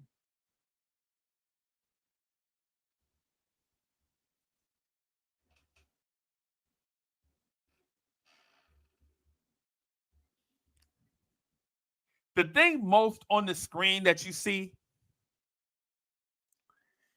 I want to see Julius Randle at 12 rebounds a game. That's what I want to see.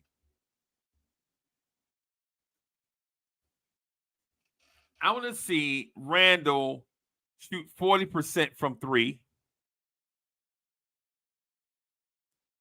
And I want to see Randle shoot 55% from the floor.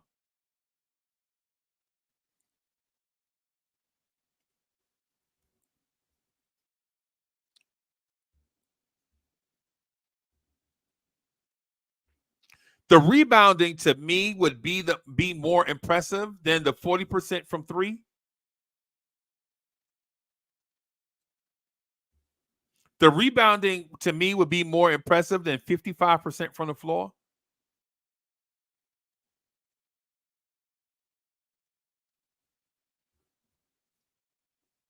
That's what I'd like to see. Tell me what you guys like to see.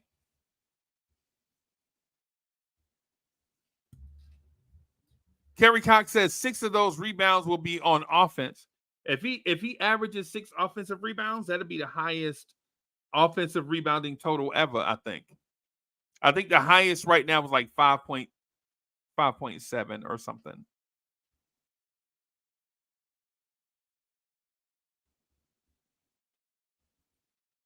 De La Cruz is in the building. Yeah, man. He says, yeah, Randle is I get that part. I get it. I get the rebounding thing, right? Right? But what I'm telling you guys by Randall getting to that 55 and 12, that puts him in Giannis Anthony Davis type category. And Mitch, for his career, is not a double-digit rebounder.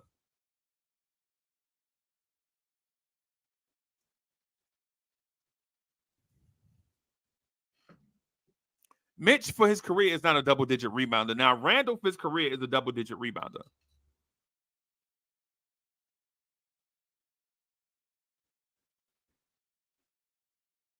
What I'd like to see is 55, 40, and 12 rebounds a game from Randall. And why I think this is attainable? Why I think this is attainable is because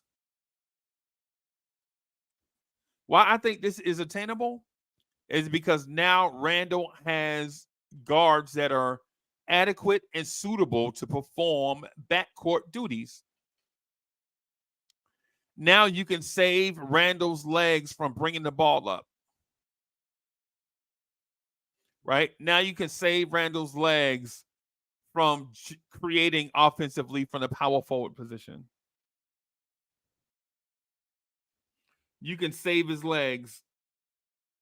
Now Randall has legs to do this, what you see on the screen. Jay Boogie in the building. Jay Boogie says, I want to see Julius donate $2,000 every time he messes with the referees. In other words, leave the referees alone and just ball. The Smoking Nick is in the building. What's good?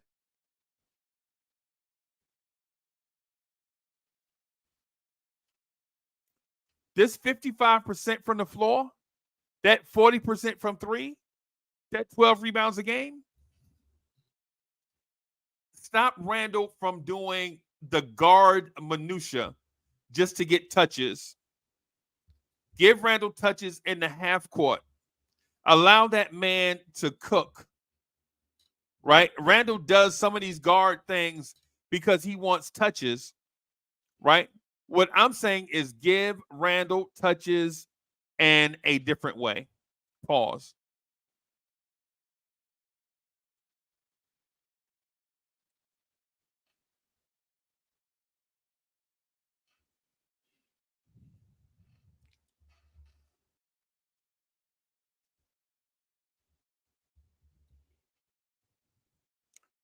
Is this attainable? I'm going to say no. I'm going to say no because being a 40% three-point shooter and a 50% field goal shooter is the most difficult task in the NBA. If you're a jump shooter, it doesn't always lend you to being an efficient field goal shooter. As a matter of fact, 50 and 40 is the gold standard for a scorer. And most years you don't see 50 and 40. It's hard. But I'd love to see Randall in this sphere.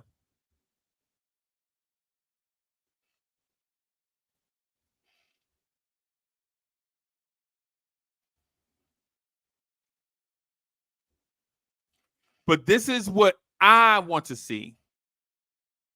Tell me what you want to see. Tell me what you want to see.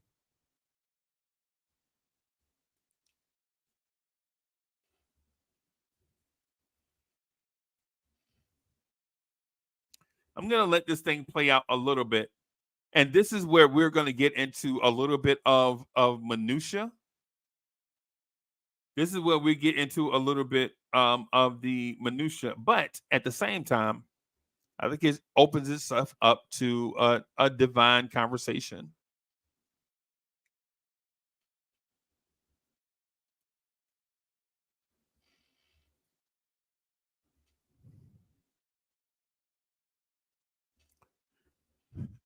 Also, what I'd like to see is a young player make the roster, and is developed. What I'd like to see is a Jalen Martin, a Rokas Jokovitis,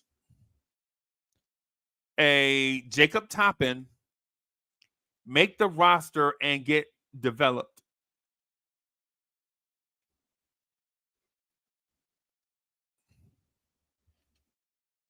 And the Smoking Nick says RJ playing like he was for Canada. That's what I think we all want to see that too. I think we all want to see that also.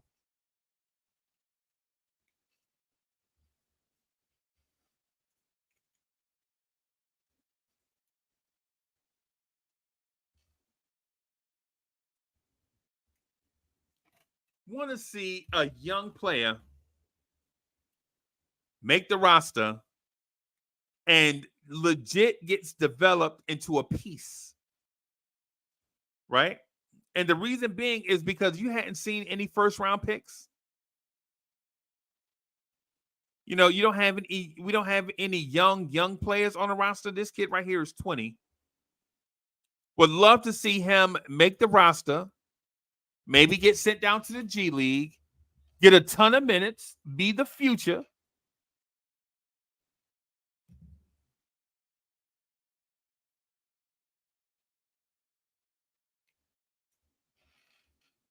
And see him develop into a role. Maybe he becomes our elite wing defender.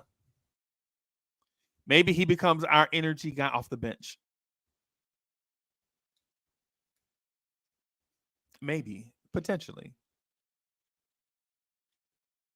Maybe.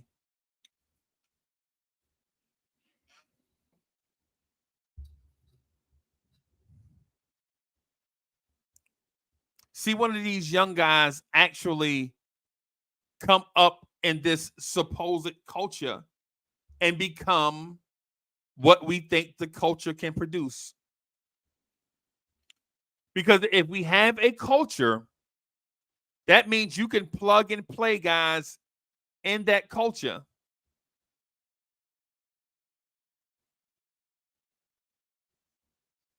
The Lakers do it all the time. The Lakers wind up with guys like Alex Caruso, Jared Vanderbilt, Matt Ryan, Austin Reeves. They find guys from out of nowhere and they go to the Lakers and all of a sudden become something. It's a culture. The Heat have a culture. They find guys that fit a certain mold and they become better.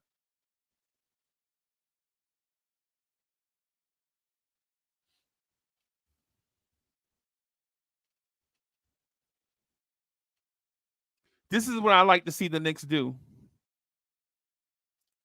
A young guy make the team and come up in that culture that we're talking about.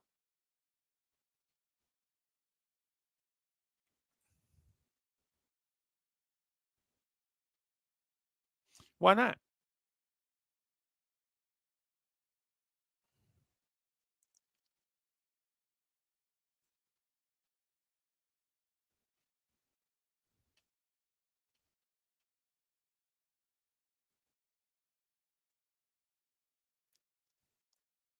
So this right here is my favorite. I think I saved it for last for a reason. What does Uncle Freezy want to see? I want to see Grimes and Quickly take on bigger roles and thrive in those bigger roles.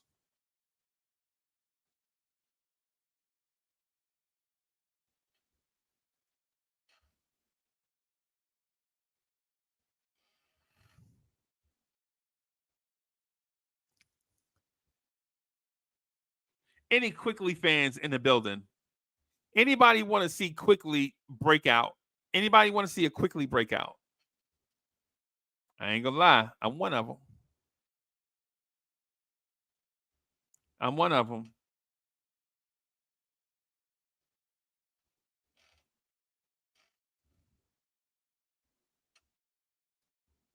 I'm one of them. I want to see a quickly breakout. I want to see a Grimes breakout.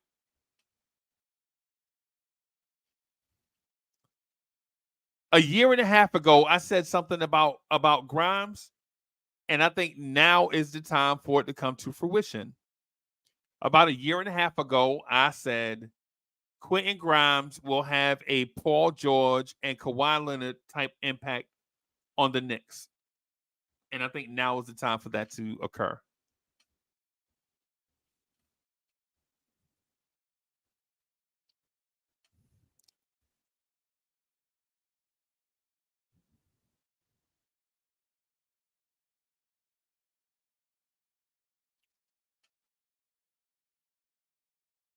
Yep. Kerry Cox, I'm with you. And this should have happened last season. This should have happened last season. But you know what? You know what? The politics of the game prevents the Knicks from stepping into a world. The politics of the NBA at times stifles the Knicks from stepping into a world.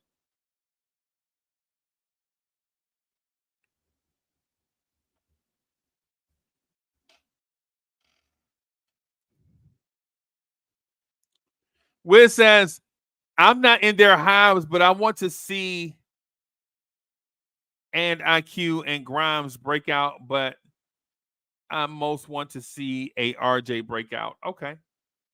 Okay. I got you. I got you, big dog. And Keith Turner says, I would take anybody to break out at this point, but can't depend on Grimes to stay healthy for a season to do that. This may be the season, man. This may be the season. Jay Boogie says, quickly broke out last year. It just didn't carry over into the playoffs. Run up for 6-man. That's a breakout. I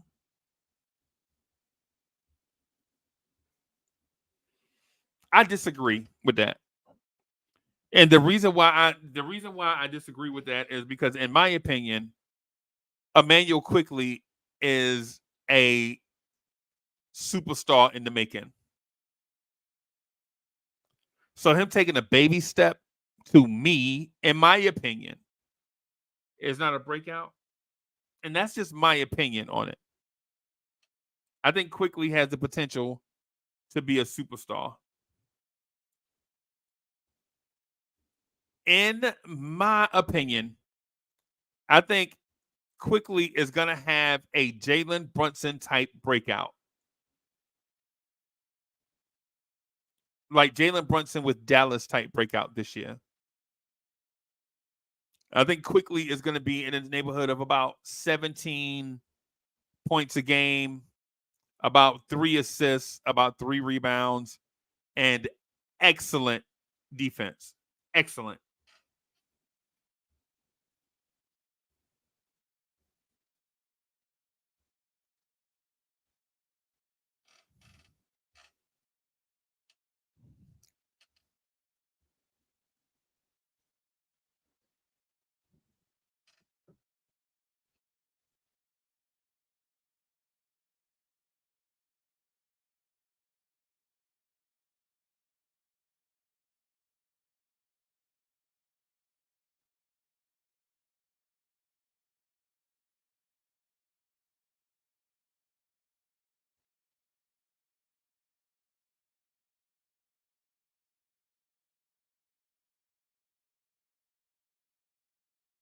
There it is. Okay.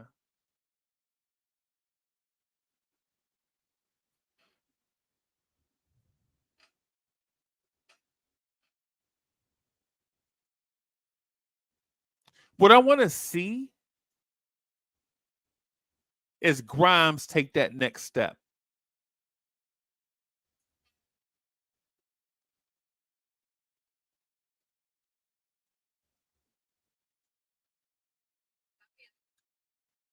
Oh, I thought he was okay. Yeah, what I want to see is Grimes take that next step. I want to see Grimes take on other shooting guards in the league. I want to see Grimes not be. Grimes doesn't have to be the alpha or the omega for that matter. But if he can be noticed, if Grimes can be noticed, then all of a sudden we're talking about everybody else being their thing. And then this dude just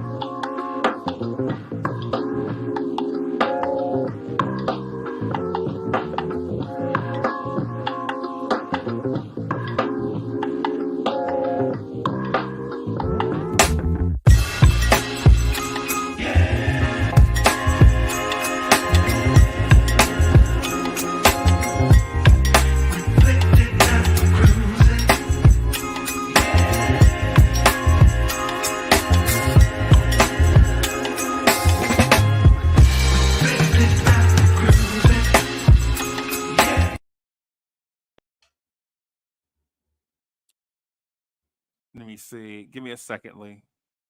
Bim, there we go. Okay. All right. All right. What's good, boss? What's good, Freezy? Hold on a second. Oh, God. Yeah. Yeah, So my so bad, what man. now ain't that so what do you want to see this season, bro? What do I want to see this season? I want to see some continuity. I want to see certain players step up and play better, i.e., RJ Barrett, Grimes.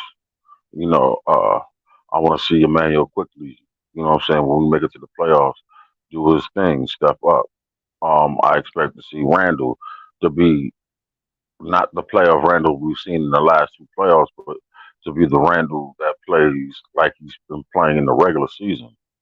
You know, with some aggression, some ferocity. You know what I'm saying? Leading from the front, not the rear. You know, just those little things. That's my expectations. You know, Okay. Okay. hopefully, hopefully they're not grandiose. You Uh, know, are when, they you know, are those things hard to obtain, you think? no, they're not. And a lot of that is mental makeup of our Okay. players. Okay. Okay. What do you think about my dream of Mitchell Robinson going for 30 and 25? That ain't no dream. That's possible. If he supposedly had his worked on his game like he said he has all year Right. long, I mean, all summer Right. long, you know. And I just saw something the other day, and it struck me. It struck me. It didn't bewilder me, but it just shows me how certain players really, really, really take their craft and their career very seriously. And Giannis, for an example, whether it was 10,000, 100,000, or even a million, he took that bread that he got and he went down to go see a king. You know what I'm Right. saying? And work out with him, and just to work on his game. You know what I'm saying? Just to add something else to his game, and that's the thing. I'm not saying Mitchell got a whole lot of money, and I don't know how he delegates his money or he spreads it out, but I would hope that he would take his craft and his skill set, other than the defensive parts, the offensive parts more seriously. He says he wants the ball. Well, prove it. Go visit a king. You know what I'm saying? Just get some game from him. Right. And I don't think that's asking a lot, and that's just investing in yourself. You know what I'm saying? Because everybody's trying to get to the next bag. Right. I agree with you. I think it all comes down to How much are you willing to invest in yourself? Right. The thing about Exactly. the thing that successful people do, or some successful people, let me put it that way, because I don't want to sound like an infomercial. But the thing I've noticed that some successful people do is they don't invest in the product, they invest in themselves. Right. And so Hmm. when they invest in themselves and get better, what happens is the product gets better vicariously, right? Yes. By whatever the opposite of osmosis is, right? Like we all Mm. get better by osmosis, by good people being around good people, we get better by osmosis, right? And probably the same thing for Hmm. how bad people get bad because of osmosis too. But in terms of um Mitchell Robinson, I think if you have Mitch around the offensive weapons of the world, I think Mitch gets better because Mitch is a defender by mindset. Like Josh Hart is a glue guy, a Hmm. conduit by mindset, right? But you add Hmm. him around other Agreed. guys, and that osmosis, by osmosis, he gets better. Then he'll Hmm. start producing other type habits that helped him get better. Hmm.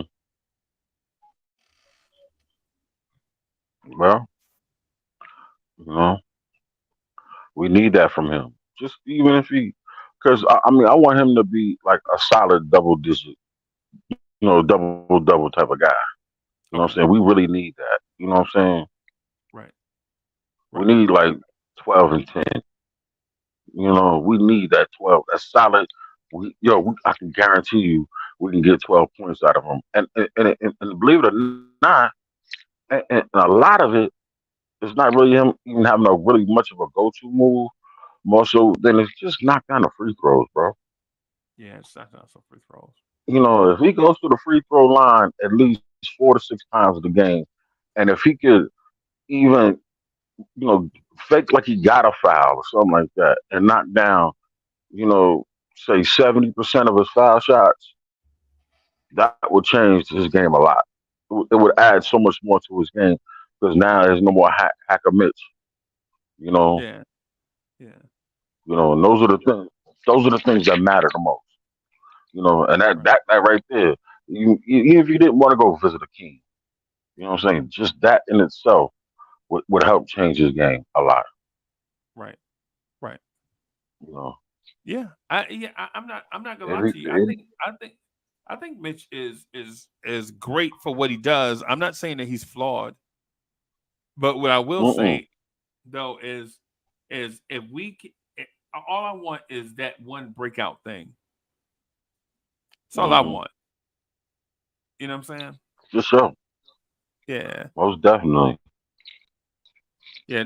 That's all. That's all. I'm really wanting or asking for. No doubt. No doubt. You can't ask for no more. I mean, considering, I mean, these cats have been in the league now. The core of this team's pretty much been together with the last 3 years. Right, Just 3 years, with the exception of maybe Brunson and Hart, you know, right, what's I Heart, you know. right, But the majority of us have been together for a minute, and it should be it shouldn't what I'm saying take much. I honestly I not asked for it, so and this is gonna be a telltale year. Like what we've been talking, this is Thibodeau's Coughlin year. You know what I'm saying? I'm pushing them all in the middle. You know what I'm saying? This is what it is this year. right. He's gonna have to do something to get us over the hump because I don't see Something. them extending him if he does not. Yeah. You know what I'm saying? At Yeah, least get us to the ECF. You know yeah. what I'm saying? So that's something like, okay, that's another building block. Right. And and I'm not capping, and I'll say this real quick because a lot of people think I'll be capping, and I'm just the ultimate optimist. And it's not that. It's just that I've been so.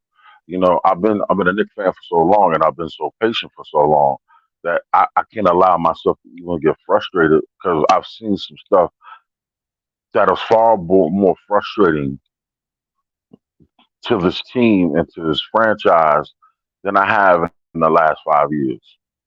Okay. You know what I'm saying? This last 5 years has been a breath of Let- fresh air, to say the least. right. Let To me say let the me add. least, compared to what we've been doing. Yeah, bro. Let me add. Let me add some.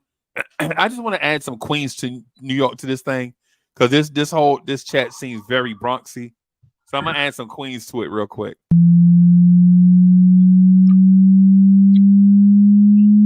Let's get it. Y'all be spitting with your flows, I'm just podcasting. That's right. On the air every day, I'm just podcasting. You don't know what that mean when I say I'm podcasting. I'm broadcasting these flows with the podcasting. Every day of my life, I'm just podcasting. Right. Share my dreams with you, mean I'm podcasting. What? You can see my vision through the podcasting. Yeah. But don't forget J Boogie Okay. when I'm broadcasting. What? I'm podcasting, What? he's podcasting. What? I've been spitting this venom since Karate Flicks. When Mr. Sims was sharing nothing but the Knicks. I guess you know by now, I seen some tough years. Now I know the reason why Freezy got them blowing tears. Closest thing. Bem, what is good? Salute Ah, to the GOAT. Jay Boogie is in the building. Salute, salute, salute. no Where's my doubt. air horn? Do I have a DJ air horn that I can do for Jay Boogie? Oh, there it is. I'm with Hey, you. what's good, boss? Man, I'm good, man. Hope y'all, man, feeling good and great amongst yourselves, man. Shout out to the chat, man, the Nick Nation, Nick World, Nick Love, everybody that's representing this orange and blue, man. I see you, Mr. CL, so Brooklyn, you, okay. And shout out to Freezy, man. What's good, Yeah, man? What's salute, happening Hey, with you, salute. no, gentlemen, man? I got time. I got time today. So, Man, yeah, yeah. appreciate hold on a that, bro. second. Appreciate Hold on a it. second. Appreciate that, bro. Let me walk away. I'm gonna be right back because we on our Queens ish. So let me put my Queens representation on real quick. All Oh, right, give he me a want second. us I'll to. be You right want us back. to hold that? You talking about hold up? But 1 second, I can We like, still. One we second, like, I'll be yo, right pause back. the whole show so I can go get my. No, no, not the whole show. Just, just, Yeah, just y'all go ahead. I'm gonna be back. Give me a second. yeah, man, yeah, man. So yeah, Oh, Jay nah. Boogie, how you doing? How you feeling about training camp, boss? Um, to me, nobody has set the tone at all yet. So they just in Full the of shit. camp. Came with that bullshit, trying to sell you some bullshit.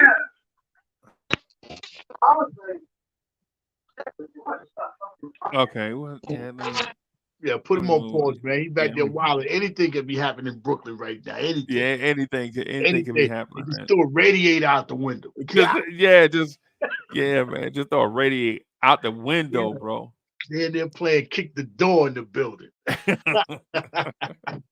Yeah, Yeah, man. man. To me, nobody set the tone, man. I need somebody to set the tone on letting me know what this training camp and what's really get ready to be happening amongst this season. You know, how you come into the season is how you come into the training camp. If you come into the training camp and letting it be known, yo, I know last year, you know what I'm saying, we didn't, answer what we supposed to answer. We should have went a lot further. I'm here right now, and it's time to turn up. This is what I'm looking for. We need a voice amongst this team. I'm hoping Josh Hart would be the voice for this team.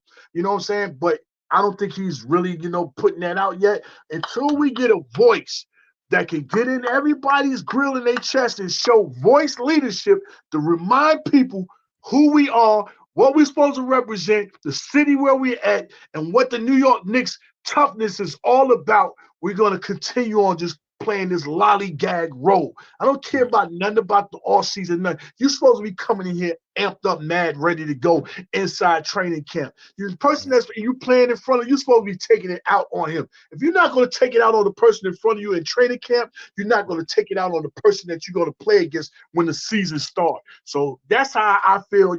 I just want to see them get riled up, amped up. Everybody's, goody. Man, y'all ain't missed one another. Y'all been talking to one another on the phone throughout this whole time. You know what's going on, so ain't no need to come here and sugarcoat nothing. Time to get it on and get it rocking, man. You know what I'm saying? We was in this second round. I want more than that this year. This is what Jay Boogie wants. I want more than the second round. Wherever that goes, that's just where it goes. But you should be looking like, last year we should have we should have dusted off Miami in 6 games at the worst. You know what I'm saying? It didn't happen. So that should be a fire up under your you know what I'm saying, your tank, ready to rock and roll. And starting with game 1 of the season, that's the Boston Celtics.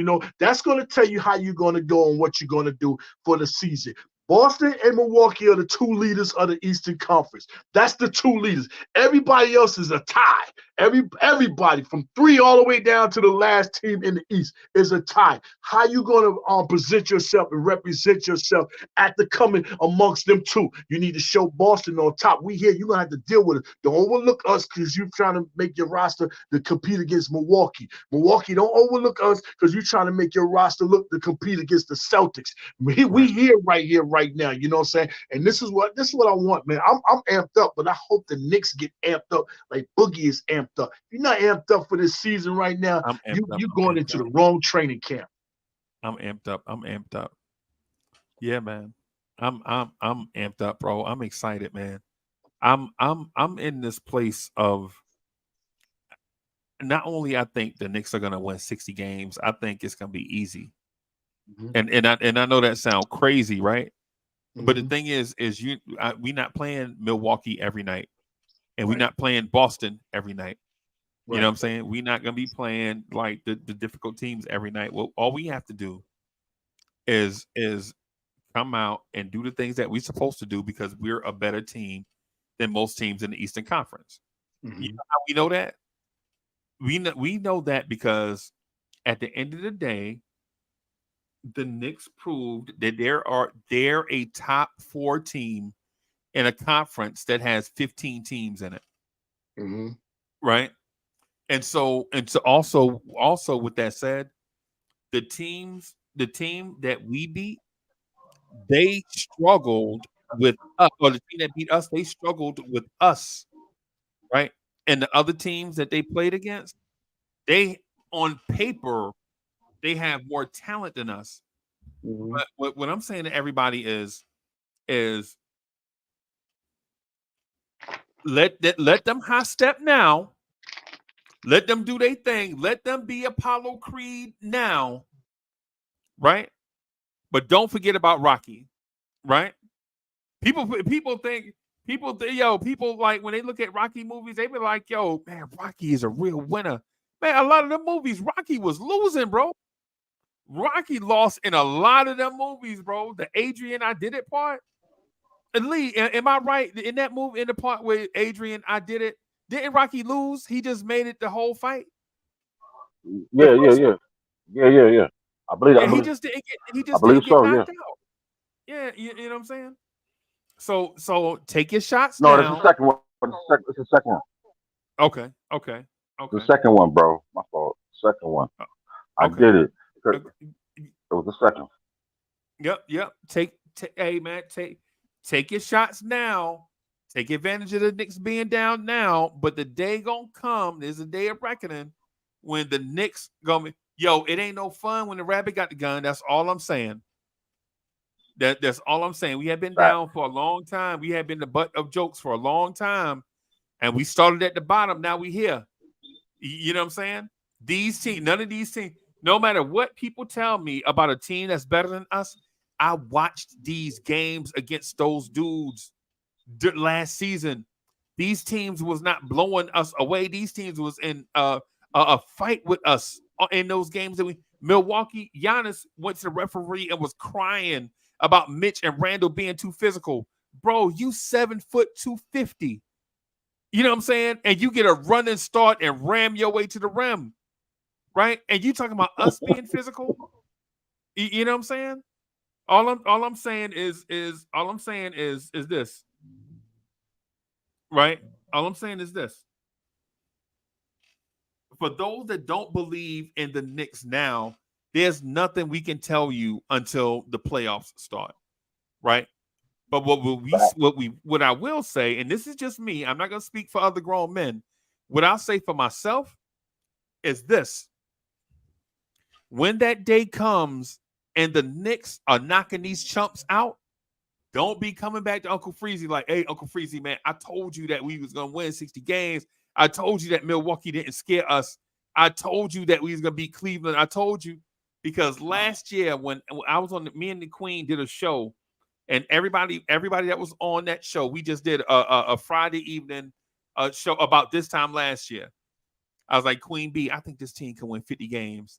Everybody on that show was putting 34, 36, 37 in the chat. Everybody. I was like, Queen B, you see them numbers, right? When the summer come, all them same people are gonna be like, yo, I told you we could have won 50. And she was like, "Nah, Uncle Free, I just can't see us getting close to 50 wins." Now I'm saying 60, right? Now I'm saying 60 wins, right? And all I'm saying is when that day comes, you can change your mind. You can change the number all you want. What I'm saying is don't come to me and tell me that you had been down from day one when I've been seeing you put 47 in the chat when the Knicks win 61 or 59. Right? 2 years ago, I told Free Keith live on this show right here. I said, Free Keith, I think we're going to go 42-30. That was the season when we only played 72 games. I was like, Free Keith, we're going to win. We're going to go 42-30. And Lee, you know what people did in the chat when the season was over? They was like, Uncle Freezy, you was wrong. We went 41-31. I'm wrong, right? But y'all was saying the Knicks only going to win 19 games. Y'all remember that? Vegas picked us to win 19 games. You know what I'm saying? 19 games. We messed around and won 41 games, and people was telling me I was wrong.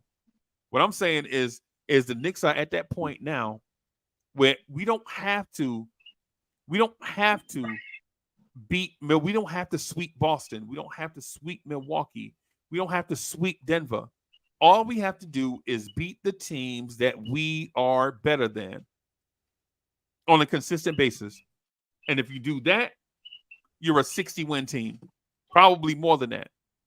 But if you lose to, if you start stepping in puppy pool, if you out here stepping in puppy pool on random nights, you out here losing to the Washington Wizards by 17 because your energy is low, then there's no way we're going to win 60 games. But I don't think Tibbs is going to let that happen. And I don't think them Nova boys is going to let that happen, bro.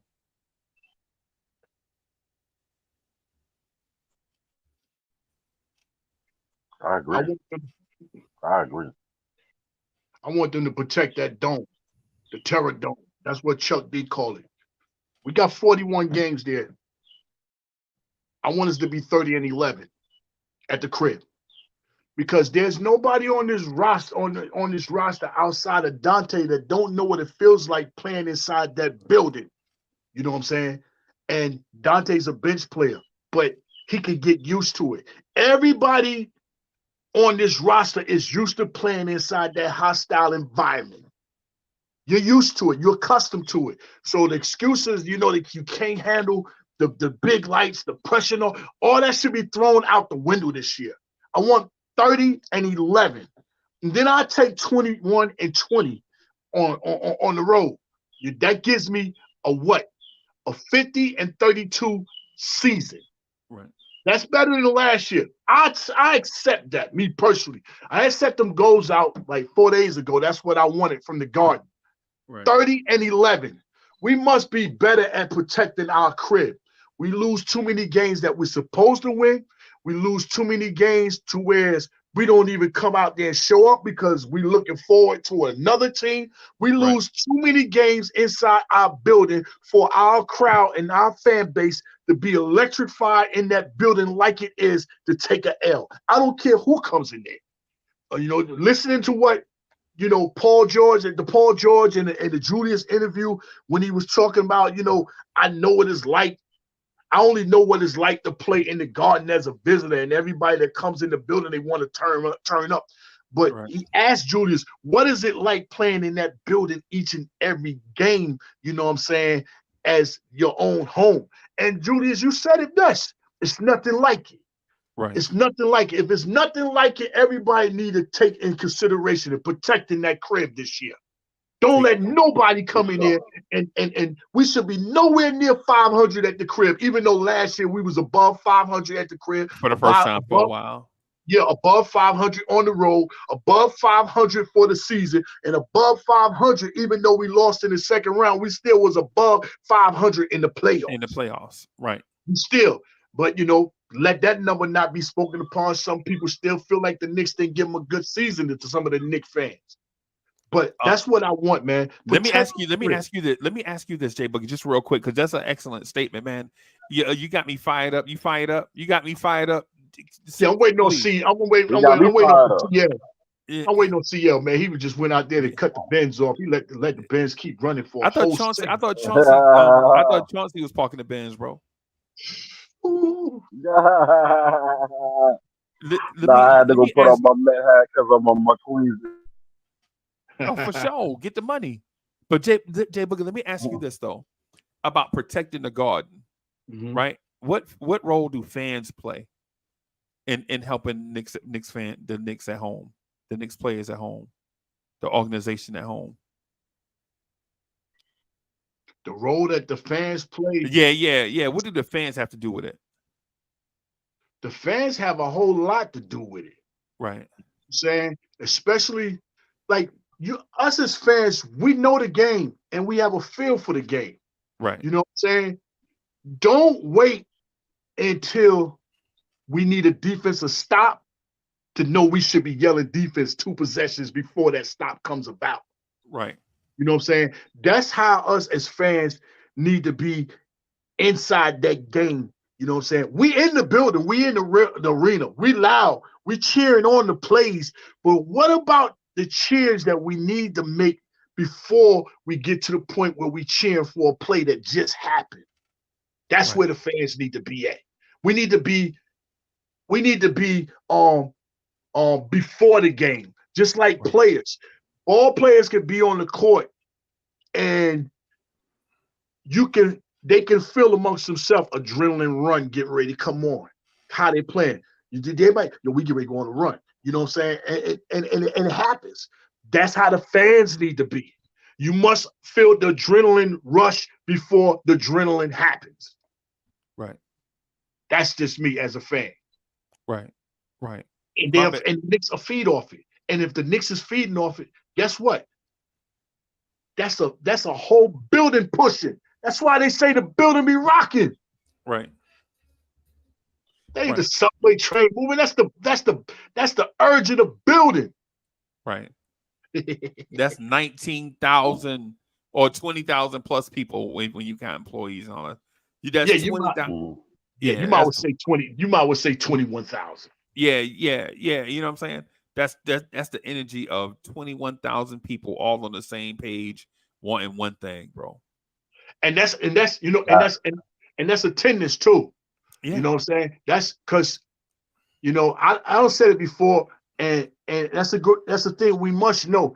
It's a difference between attended sellouts and just being sold out. Right. They tell you the attendance, that means that's how many of them tickets they collected. Right. You know what I'm saying? I can buy a ticket and in the last moment I don't make it. Right. You know what I'm saying? Right. And don't even go. My ticket is not being accounted for inside just a sellout. Yeah, right. That's the selling out. It's not being accounted for because it didn't click through. Right. When they click and they want that click at that turner, they counting you. Yeah. They count you. Yeah, that attendance mean a whole lot. So I love when they say the Garden is sold out. You know what I'm saying? And then they don't say attendance. When they say the Garden is sold out, attendance is such and such, then we in the building. We in the building. We in the building, bro. We in the building everywhere, on the road, crib. We in the building. What's happening, Lee? I'm gonna say this. As far as your question about the fans and our role, hey man, just because you don't like a particular player, don't mean you shouldn't support him. You know what I'm saying? He wearing that orange and blue. He out here representing you. You know what I'm saying? You know, your fantasy player is playing somewhere else. And unfortunately, he ain't signed to the Knicks. And I apologize on behalf of the fantasy fans. You understand what I'm saying? But Right. the fact is, who we got is who we got. And we need to make the most out of what we got, out of the players we got. We need every bit of support from everybody for every single one of these players. You know what I'm Right. saying? And if it's time to cut bait, it's time to cut bait. This front office knows what to do and how to do it and get the maximum most out of that particular player at that particular time. As far as, you know what I'm saying, getting what we can up out of them. But all that other stuff, you know what I'm saying, just because you don't like Joe Blow, and Joe Blow looks like he might be a so-called diva, or Joe Blow just, you know what I'm saying, he having a funky little attitude, doesn't mean he doesn't deserve your support. He just, everybody has bad days, you know. So with that And you said, as talking about far as Randall? fans, you gotta support them all. I'm not talking about nobody. I'm talking about, you know, Joey Doorknob, the guy who hands out the towels. You know what I'm saying? Right. Right. I'm Right. saying that period of every player. You know what I'm saying? A lot is expected out of all 15 players that dress up that evening. You know what I'm saying? And get out Right. there and play. Right. So, you know what I'm saying? At any given moment, your number can be called. So let's Right. get out there as fans and as Knicks fans and support them, Right. regardless of your personal feelings. Okay. Okay. You know, this is a business, not a you know what I'm saying, the same family. It's funny, bro. I'm not gonna lie to you. Um, I don't know if Jay Boogie get this sensation or not, but when I go to the Knicks game, and regardless of what city I'm in, when another Knicks fan see me at the concession stand or somewhere, see me standing by in the line in the bathroom, right, going to the bathroom or something. Yo, and NBA cities, man, y'all got to clean up y'all bathrooms. Y'all stop being ridiculous. But anyway, anyway, when they see me, bro, when they see me, yo, it's the most true, unfiltered love you have ever felt in your life from another sports fan, right? Right. It's not like, you know what I'm saying? I'm a Mets fan, right? My Mets love is people like, yo, you know what I'm saying? Yo, man, I love the Mets. Everything is good while the Mets are winning. When we lose it, nah, ain't no love in the heart of the city, bro. Ain't no love when I go see the Mets in Atlanta when we lose us, right? What I'm saying is say if me and Jay Boogie are just standing waiting on somebody from MBK to roll up, like Uncle Fulio, say we in Atlanta or somewhere, or say we in just somewhere. Will people see us like Jay Boogie have on his orange and blue, right? I probably be wearing something comfortable or whatever, right? People will come up to us, bro, and the unfiltered, unadulterated, pure Knicks love for somebody in the community is evident, bro. I'm telling you, it is like 100% uncut, right? I was in Orlando, Lee. I was in Orlando at the concession stand, right? Three people walked up to me and my son and was like, "Yo, Uncle Freezy, let me swipe the card." No, I got it, bro. I got it. I'm good, man. No, just take care of your family. Man, Uncle Freezy, man, nah, man, let me swipe the card, man. I got, what is that, tacos? And I'm like, yo, why you calling me out in front of these people, bro? You know I'm a big boy. You know I like to eat, man. I mean, damn, you know that they be, you know what I'm saying? And so they be like, nah. And then they come take selfies with you, bro. Knicks fans, they be going down the escalator. You know what I'm saying? Trying to get out the building, talking about let's go Knicks. I be in Orlando. They be talking about F. Trey Young. You know what I'm saying? That energy in the opposing buildings be crazy. What I be wanting in a consistent basis is for that energy to be like that in the garden every night, 20,000 people. None of this booing and people upset about a thumbs down and none of that. Bro, we got a good product, man. 20,000 people should be losing their mind in the garden every night, man. every time we played, bro. And we was in some dump. I think it was Memphis. We was in Memphis, right? And bro, the Knicks fans was so loud that the people in Memphis was mad at us, bro. They mad at us because we Knicks fans, bro. All I'm saying is can we get that in the Garden 41 times in the regular season and hopefully at least 9 times in the playoffs? Can we get that? You know what I'm saying? I love it, bro. I'm saying bro, we was in Charlotte one night. It's sleet and rain, bro. Whatever, parking his way around some dog. It looked like an episode of Power out there, right? Yo, no cats is walking up to us and yo, man, yo, this Jay Boogie, he the GOAT. Blah, blah, blah, boom, boom, boom. I'm standing there. They like, who was that guy? You know what I'm saying? I mean, what I'm saying is man, if we can Jay Boogie, if we can get that energy in the Garden, bro, for 41 times in a regular season, man, and 12 times in the postseason, bro, I think that might push us closer to a championship, bro. I don't even think it got anything to do with roster. I just think it's protect this house. Welcome to the Terror Dome, where teams coming By any in. means necessary. Yep, teams coming in. It's not a dub. It's not your place for you to put up 50 no more. Nah, it ain't that. You're not doing no Jordan, no randoms trying to be the Jordan double nickel game. Nah. When you come into the Garden, expect lockdown, bro. Expect it. You know what I'm saying? That's all I want now. Maybe that's too much to ask for. I think it's reasonable. No doubt. Lee, is that reasonable? Without a question. Without a question. Without a question.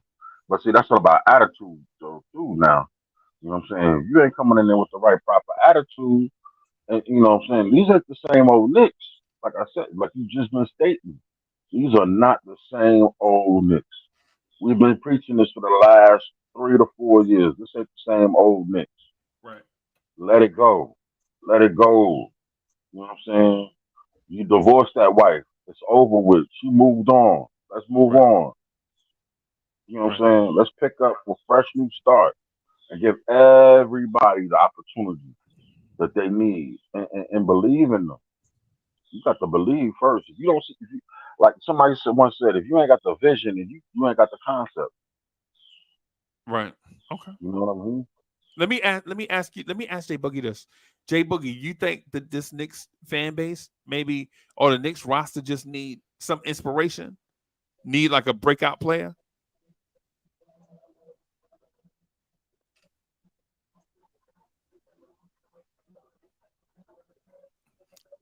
Hey, you muted, bro. My apologies. We got breakout players on this roster, all up and down. But sometimes those ball players don't know that they're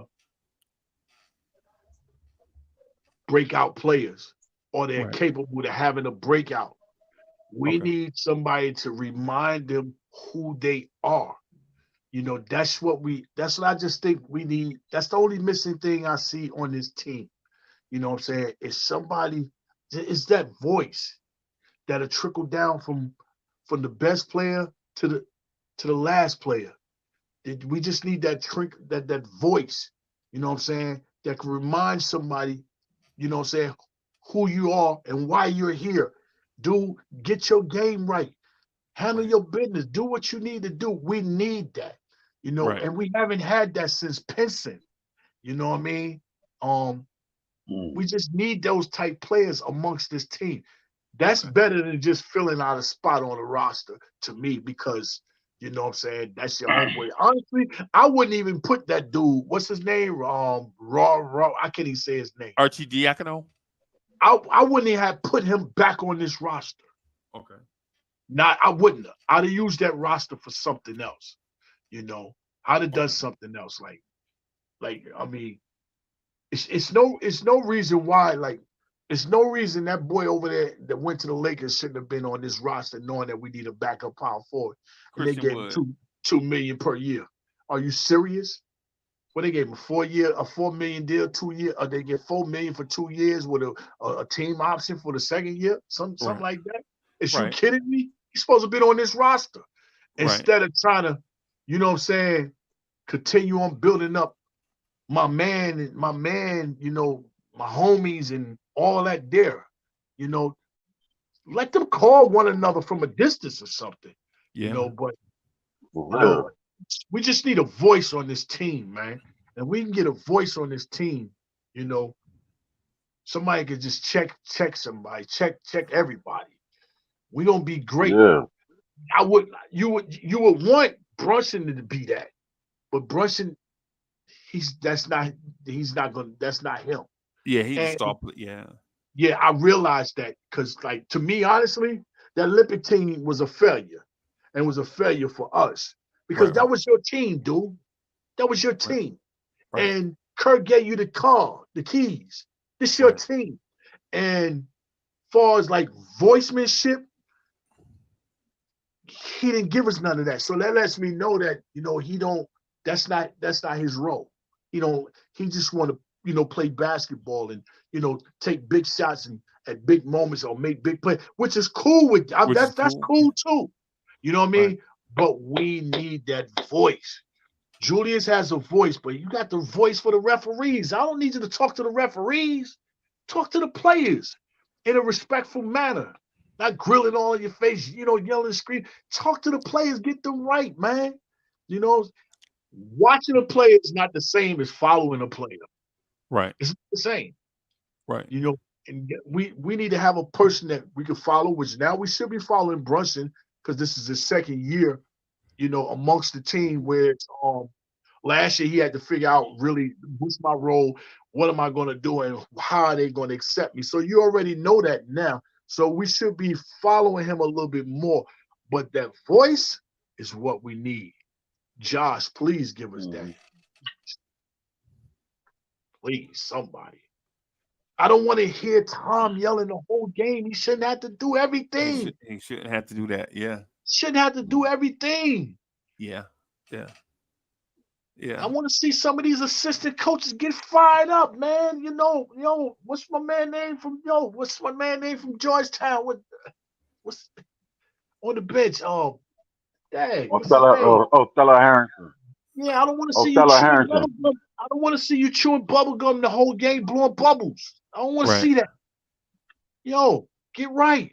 See that? And see, that's something that we missed a lot. You know, a lot of times last year it showed that, yo, man, if Woody would have been here, oh man, Payne would have been here. You Yeah. know, if those What? two would have been here amongst this season that we just had, Right. it would have been a different ending. Yes. Yeah. Different, very big difference. Right. Right. Yeah. Yeah, man. I'm absolutely with you. Right. I think one thing we're also missing, one thing we have a lot of, and the one thing that I think we're missing is I think we have a lot of the guys that are more so quiet and keep to themselves. Mm-hmm. Right. Like RJ is a quiet dude. Randall is a quiet dude. Brunson is a quiet dude. Grimes, for the most part, is a quiet dude, keep to himself. Right. But you don't have that. Yo, it's like in y'all, remember in y'all neighborhood where you just had the dog, it's a dog in the neighborhood that just be barking for nothing. He just out there barking. He's like, yo, I would just wish what's that dude, that dog always barking at? Anything. That dog be barking at anything, right? Because y'all think y'all think that dog trying to protect his yard. That dog is actually trying to protect the whole neighborhood. You know what I'm saying? That's why he always trying to get out the gate. You know what I'm saying? What I'm saying is I think we might be missing that Andre Iguodala, Draymond Green type attitude from one or two players, right? I think we're missing that type of. I'm sorry, bro. No. I just yelled out smart. That's all. Yeah, the Marcus Smart. Yeah. That type of. I think we're missing that. Now, when I'm not saying a dude that's gonna go off the rails. That's not what I'm saying. Right? That's not what I'm saying. But when you look at the Miami Heat culture, right? Look at the Miami Heat culture. Look what they want their players to do, and then look at how Jimmy Butler showed up the media day. Right? Does Jimmy Butler not give you the mindset that he is offset, bro? Jimmy Butler is the dude that's you don't know if things gonna go left or things gonna go way left. You know what I'm saying? He give you that edge. Do the Knicks have that edgy player? I don't know if we have now. Do we have players that play hard? Of course we do. I never question the effort of any of these dudes, bro. I think all of our players play hard, right? Do we have that guy with that edge though? When you look at the champions in this league, like when you look at the Milwaukee Bucks, you know Giannis can't be that guy, but you know who can be that guy? Bobby Portis. You know who And used he to be is that that guy guy. with them? Grayson Allen. Grayson Allen will trip you. He don't even care. He don't. Yo, you think Grayson Allen care that people don't like him? No, he don't. He don't care. That dude got championships, bro. He'll tell you real quick. I'm not here to make friends because I know y'all don't like me anyway. But I better not catch you with the game on the line trying to make a layup. Right. Right. You know what I'm saying? So all them guys on our team, man, I promise you. I promise you. How many guys we got on our team? 15? 20? Right now, 20. 20 guys. 20 guys right now. I 20, promise you. 18 of them. And I'm going light with just hopefully 2 of them. I promise you. 18 of them couldn't wait to listen to that Drake album. Right. Right.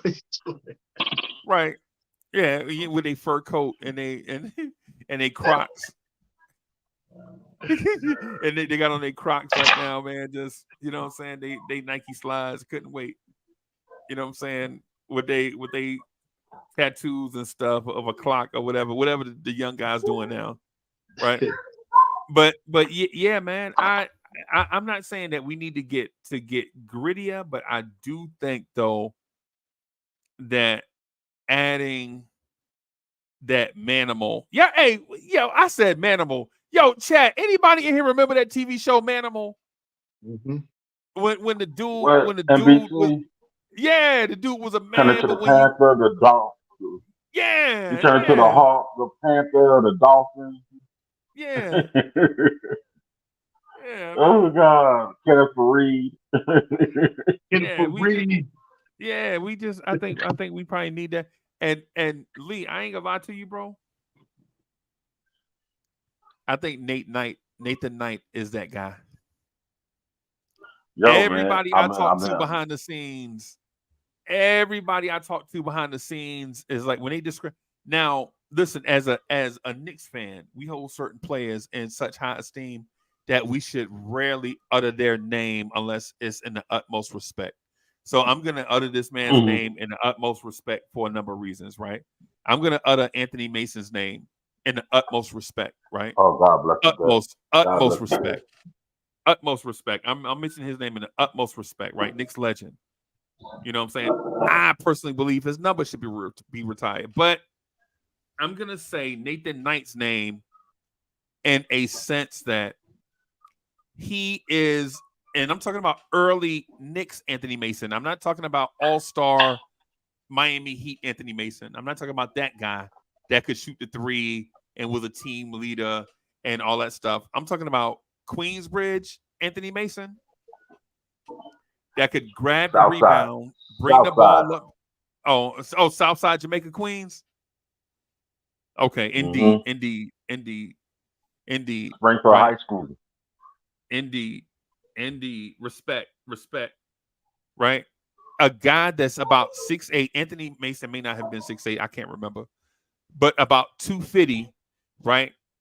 That is a bull in a china shop, right? But is also nimble, light on his feet, like Jerome Bettis, right? a dude that can grab rebounds, nimble on his feet, can do a little bit of everything. I think what Anthony Mason's best attribute in my mind, because he could do a lot of stuff, but Anthony Mason was tough, right? When the going got tough, he was just tougher, right? It didn't matter if you had Alonzo Mourning. You got Alonzo Mourning, we got Mason, right? You got to do 6'9", 260, Cavs built like Mount Rushmore. So what? We got Anthony Mason and Charles Oakley and Anthony Bonner, right? And you remember him and Matamo would shoot that one-on-one? Yeah, I remember. Yeah. Neither one of them want to hit each other. You know, they brothers. They were doing the brother fight. You know, they was together. Yeah. And yeah. So yeah, they was, man, them dudes, the Georgetown, them dudes brothers, right? But the thing is I think Nathan Knight is gonna be that guy. I'm saying his name right now early on. I wanted to keep it in my bag, but then again, some of the pleasure of being a Knicks fan and rocking with other Knicks fans on a daily basis is the fact that I get to say I told you so every now and then. You know what I'm saying? Not bragging, not like, oh, I'm so smart. No, not that. No, nobody want to be around a person that do that. But the guy be like, yo, remember when I told you Nathan Knight was gonna be that dude, right? And now he out here balling. See, I told you. You know what I'm saying? So I think Nate Knight is good. Yo, I talked to their our few Minnesota Timberwolves fans that come in the chat, and they be like, "Dang, man, y'all got Nate Knight, man. We want to keep him." Well, y'all didn't, and now he a Knick. And they like, you know, you be like, "Yo, what's Nate Knight's best attribute?" Man, he can pass, kind of like, what's that dude y'all used to have with the beard? And I'm like, oh, he can pass like Kylo Quinn? Yeah, he'd do a little bit of that.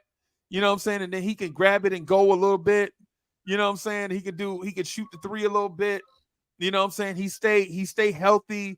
You know what I'm saying? But when it comes to rebounding, he like a bull in a china shop, like bodies be everywhere. And in my mind, I'm like, wait a minute. Ain't that what we wanted Obi to do? We wanted Obi to do some of that. I mean, not all of it, because Obi's a different type player. And no disrespect to Obi Toppin. But didn't we want our backup four to kind of be that kind of guy to come in and move bodies and all that stuff, man, and be physical and all those type of. Nate Knight can do that. And then we talked to, and then Lee, we talked to, so I talked to those guys, Minnesota, and then I talked to the Atlanta guys. We talk Hawks. The Atlanta analyst, we was talking to him, and he was like, yo, y'all got Nathan Knight? And I was like, yeah, because by then I had already talked to the Minnesota dudes, right? I'm like, yeah, that's a little something. Our little secret weapon, man. You know, Knicks fans talk about we need to go get a big man off the bench. He's like, nah, y'all super straight. Nathan Knight, I wish we would have kept him. Two different franchises saying the same thing, right? Now he a Knick, right? And just because we hadn't seen him, we out here like, man, we need to go get another. I think that dude is gonna be that guy, Jay Boogie, that big beef eater, the dude that's 250 coming in off the bench. That when teams, you remember when teams you take advantage of us when Mitch go to the bench, they out there rebounding on us. You know what I'm saying? They out there on the glass. You remember how Portland did that to us? They out there on the glass. Ain't none of that happening with Nate Knight on the floor, bro. I can promise that. You ain't sending no 6'7", 195 wing play and then a rebound against Nate Knight unless you want that dude to lead the game with some bruised ribs. I mean, you know what I'm saying? You know what I'm saying? It's like, Lee, let me ask you. You remember what it was like? Like people don't remember this, right? I'm gonna just speak to New Yorkers, right? New Yorkers, lend me your ear for just a minute. Knicks fans everywhere. Salute to every Knicks fans everywhere. But this is just for my New Yorkers. Y'all remember when Rodney Hampton used to have 9 carries for 7 yards? And cats be like, oh my God, man, he ain't doing nothing. But then that November wind start spiraling in the Meadowlands, everybody all cold. You know what I'm saying? And it's the third quarters, them linebackers and safeties, they started getting tired. And then they see Big 2-7 coming up the middle, off tackle. They start making business decisions. You know what I'm saying? Do I really want to go in there and smash this? It's a cold, it's 20 degrees in the Meadowlands on that AstroTurf, and I'm Rodney Hampton headed at me with a full head of steam. Am I really going in there? Nah. Nah. You ain't really. That's Nate Knight. You'll go in there one time, right? But you ain't get ready to mix it up with him and Hartenstein. Oh, don't let it be him and Jericho Sims, two big 250 dudes. All they is muscle and energy. Don't let it be that. You know what I'm saying? I think he is gonna be that guy. Now, I'm not saying that he's gonna be 18-10. What I'm saying is he's gonna be that guy, I think, that's gonna get you about 6 points, about 5 rebounds, and about 3 fouls. Hard one. That's what he need to go into practice and letting them know. You know what I'm saying? That's what he need to do inside the practice and going all the way out on any and everybody that's out there and let it be known why I'm here. I'm here to be a piece that you do not have on this team. You need to be vocal with it. You know, I'm not here to get you 12, 14 points. I'm not here to get you 10, 11 rebounds. I'm not here for none of that. I'm here to be your dirty dude that, you know what I'm saying, is not going to allow other people to come inside our building, nor when I'm on the road, I'll play the same way in your building to let you act a fool. That's what I'm here for. That's what we need. But that has to take place in the practice because that's how he's gonna show the coaches, you know what I'm saying? This is how I'm going to get on the floor because this is what I have and you don't have. You know, we don't have that. And I absolutely like the guy's game. I really looked at a lot of his game, you know, especially when he was playing with Minnesota and everything. I went back and watched a whole lot of footage, you know what I'm saying? He can finish left, he can finish right. He got a pretty decent enough way he can put the ball on the floor. Yeah. He has a relentless energy, you know what I'm saying? And he's going to work hard. And he's a good piece. But the thing is what is Tom going to do with it? Tom is in a position where he has never been in this position as a New York Knicks coach, where he is this deep. Now Tom needs to find out who he can trust, and hopefully he can trust all of them. It shouldn't be no more 9-man rotation. It should be 10, 11, because that's how many guys that's on this roster should be able to go out there and get on the floor. I mean, all the way down to Deuce. Deuce could get on the floor. And that's another reason why I didn't want that dude on this team. I didn't want him in front of Deuce. Right. I didn't want him in. I knew it was another reason. But be honest with you, we're real deep in rotation. And Tom has a lot of people that could do a lot of things. And the only reason why it should be a short rotation because he put you out there and he don't trust you. Right. And that's what happened last year. He didn't trust guys that he was putting out there, so he clipped them. I'm only going with 9. RJ, you really should change your jersey because I need that 9. Take it off. Because I'm only going with 9, baby. That's it. Yep. Yeah. So the dude, Nate Knight, man, I'm not trying to hype him up. I don't want him to be a hype story, but I do want to raise awareness, right? Because there's a difference between the hype train. Like for me, the hype train is Quickly, like Quickly and Grimes. Those are the dudes. If things go right, those are the dudes we gonna be like, yo, they were the reasons why we won an NBA championship because they took 3 or 4 major steps in the right direction.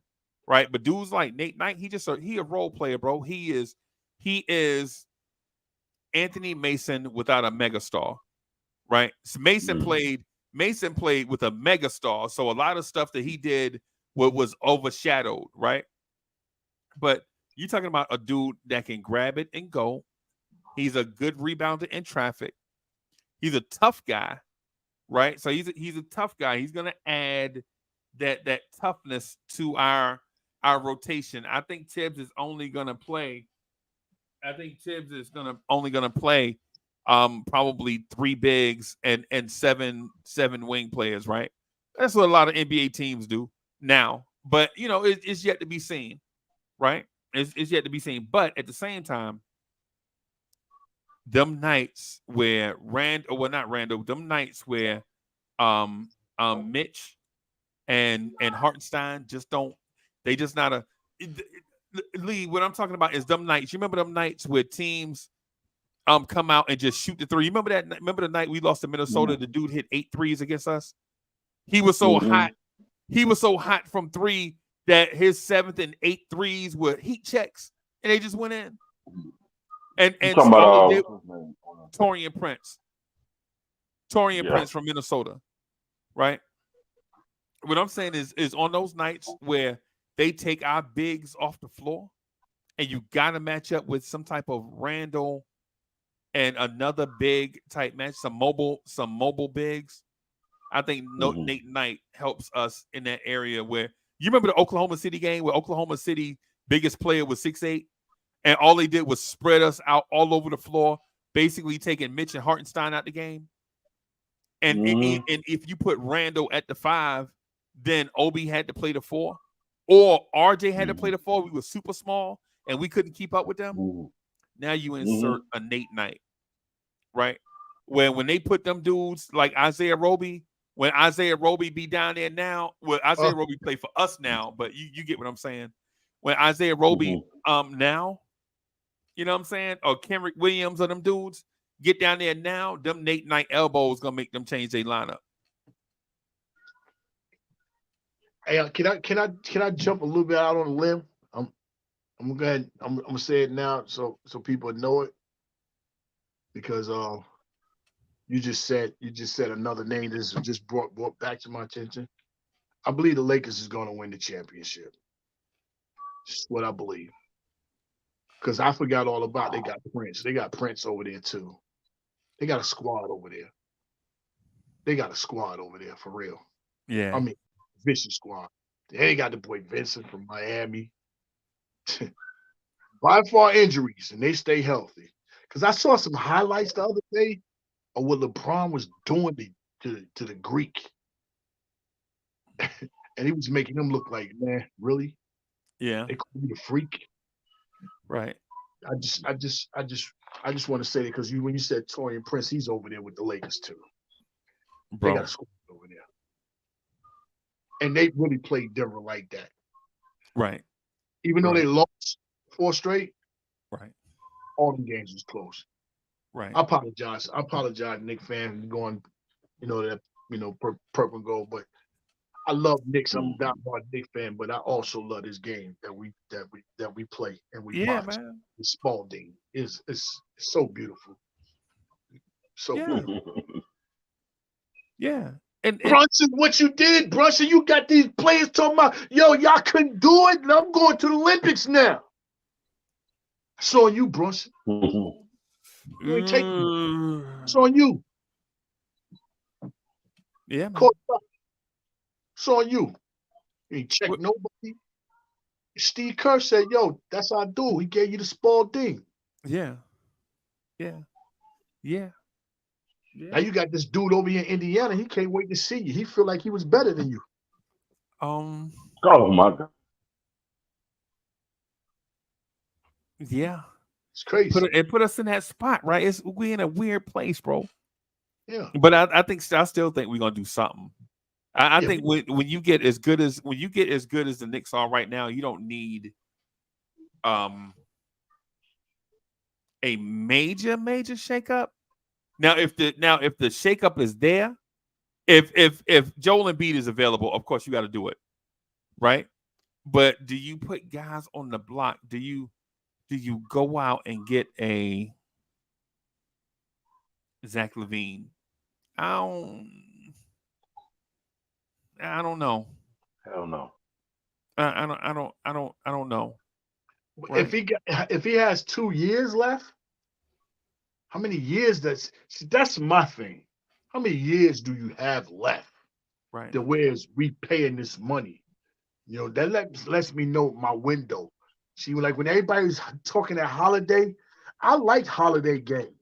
But Right. I can't bring Holiday over here and get to talking about $35 million per year next year with this dude. I still haven't done nothing with quickly, and Brunson extension has not come about yet. I can't do that. Nobody had an answer on how much are you paying Holiday next year. Everybody just wanted him right now. Right. What was you going to give up to get him?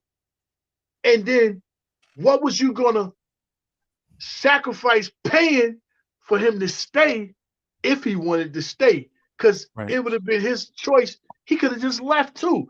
So Right. why was he going to go in there for renting a guy? And what's the name gave up? They gave up a haul for him. Boston just that trade was. Boston gave up the 6th man of the year, their starting center, an unprotected pick, and a pick swap. So the Knicks, in comparison, would have gave up Emmanuel Quickly, Mitchell Robinson, a first-round pick down the road in about 5 years, and a pick swap in about 5 years for Drew Holiday. Yeah. Mm-mm. And then I heard you talking about, Mitch earlier in the show. Right. You know what I'm saying? And I just want Mitch to continue on. I want Mitch to, I need Mitch to average 13, 14 rebounds a game. Go get that. Go get I that. need you to lead the league in rebounds. I need Yeah. you to lead the league in block shots. Yeah. That's what I need. I need you to protect that paint a whole lot more. Right. But before all that, I need you to make sure you're healthy. Yeah. I need to make sure you're available night in, night out. That's the key. I You think. know, those small things. Because if we take away those small little things away that Mitch does, we're not really that good, especially on the defensive end. So, I mean, it'll look cute for him to get a triple double. It'll look cute for him to average 15 and 14. It'll look real good. Right. But our team is not built for him to get that. Nah. We got other guys that's supposed to be getting them numbers. Like this year right here, I need Brunson. Not Brunson. I need Grimes averaging 15. Yep. I need that Grimes because I believe and have faith in Grimes this year. Yep. I don't know how many really. I don't know if it's 5 shooting guards in the East that's really better than Grimes right now, and he's not even all the way there in his game. But I believe Grimes is going to take a big step. Last year was his first full year, and then that was his first year in the playoffs. Right. And now he knows what he needs to do, and I commend him for that. That's why he's working with JJ. Right. That's why he's working with that catch and shoot, Right. that catch, fake, pass, reset, shoot. Relocate. Yep. Yeah, man. All that moving without the rock, learning how to hide and you know what I'm saying, from the defensive players, learning where to cut is. He's learning all that from JJ. So I believe Grimes is going to be on a whole nother level this year. I need him to average 14, 15 points per game, as well as we already know he's going to be our number 1 defensive player on the roster. Yeah. Grimes and RJ. If Grimes can turn up his game, RJ is no excuse for you to not turn up your game because you're not checking the number 1 offensive player on the other team, and you're also not being checked by the number 1 or number 2 defensive player on the other team at all. So you're supposed to be able to handle your business. You know who that he reminds me of, and yo, and this is for the old heads, man. This is for the old heads, right? Grimes' ascension reminds me of Wesley Person. And I know a lot of people are like, oh, man, Wesley Person. For the old heads, y'all remember Chuck Person? The rifleman Chuck Person used to play for Indiana? 45. His little brother, right? His Chuck little brother. Yeah. A silky smooth, jump shot felt like velvet. Right? underrated athleticism. Like every time you think he's just a shooter, he'll bang it on you. You know what I'm saying? You're like, okay, yeah, he just a bam. You're like, oh, okay. I see you, big fella. And the other thing that Wesley Person did that people forget about was man, he was a system scorer. He could score that ball within a system.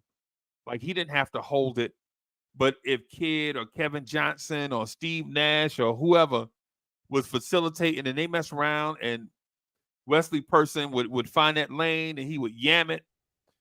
And if you cut the lane off, he'd be spotted up and he would knock down that three.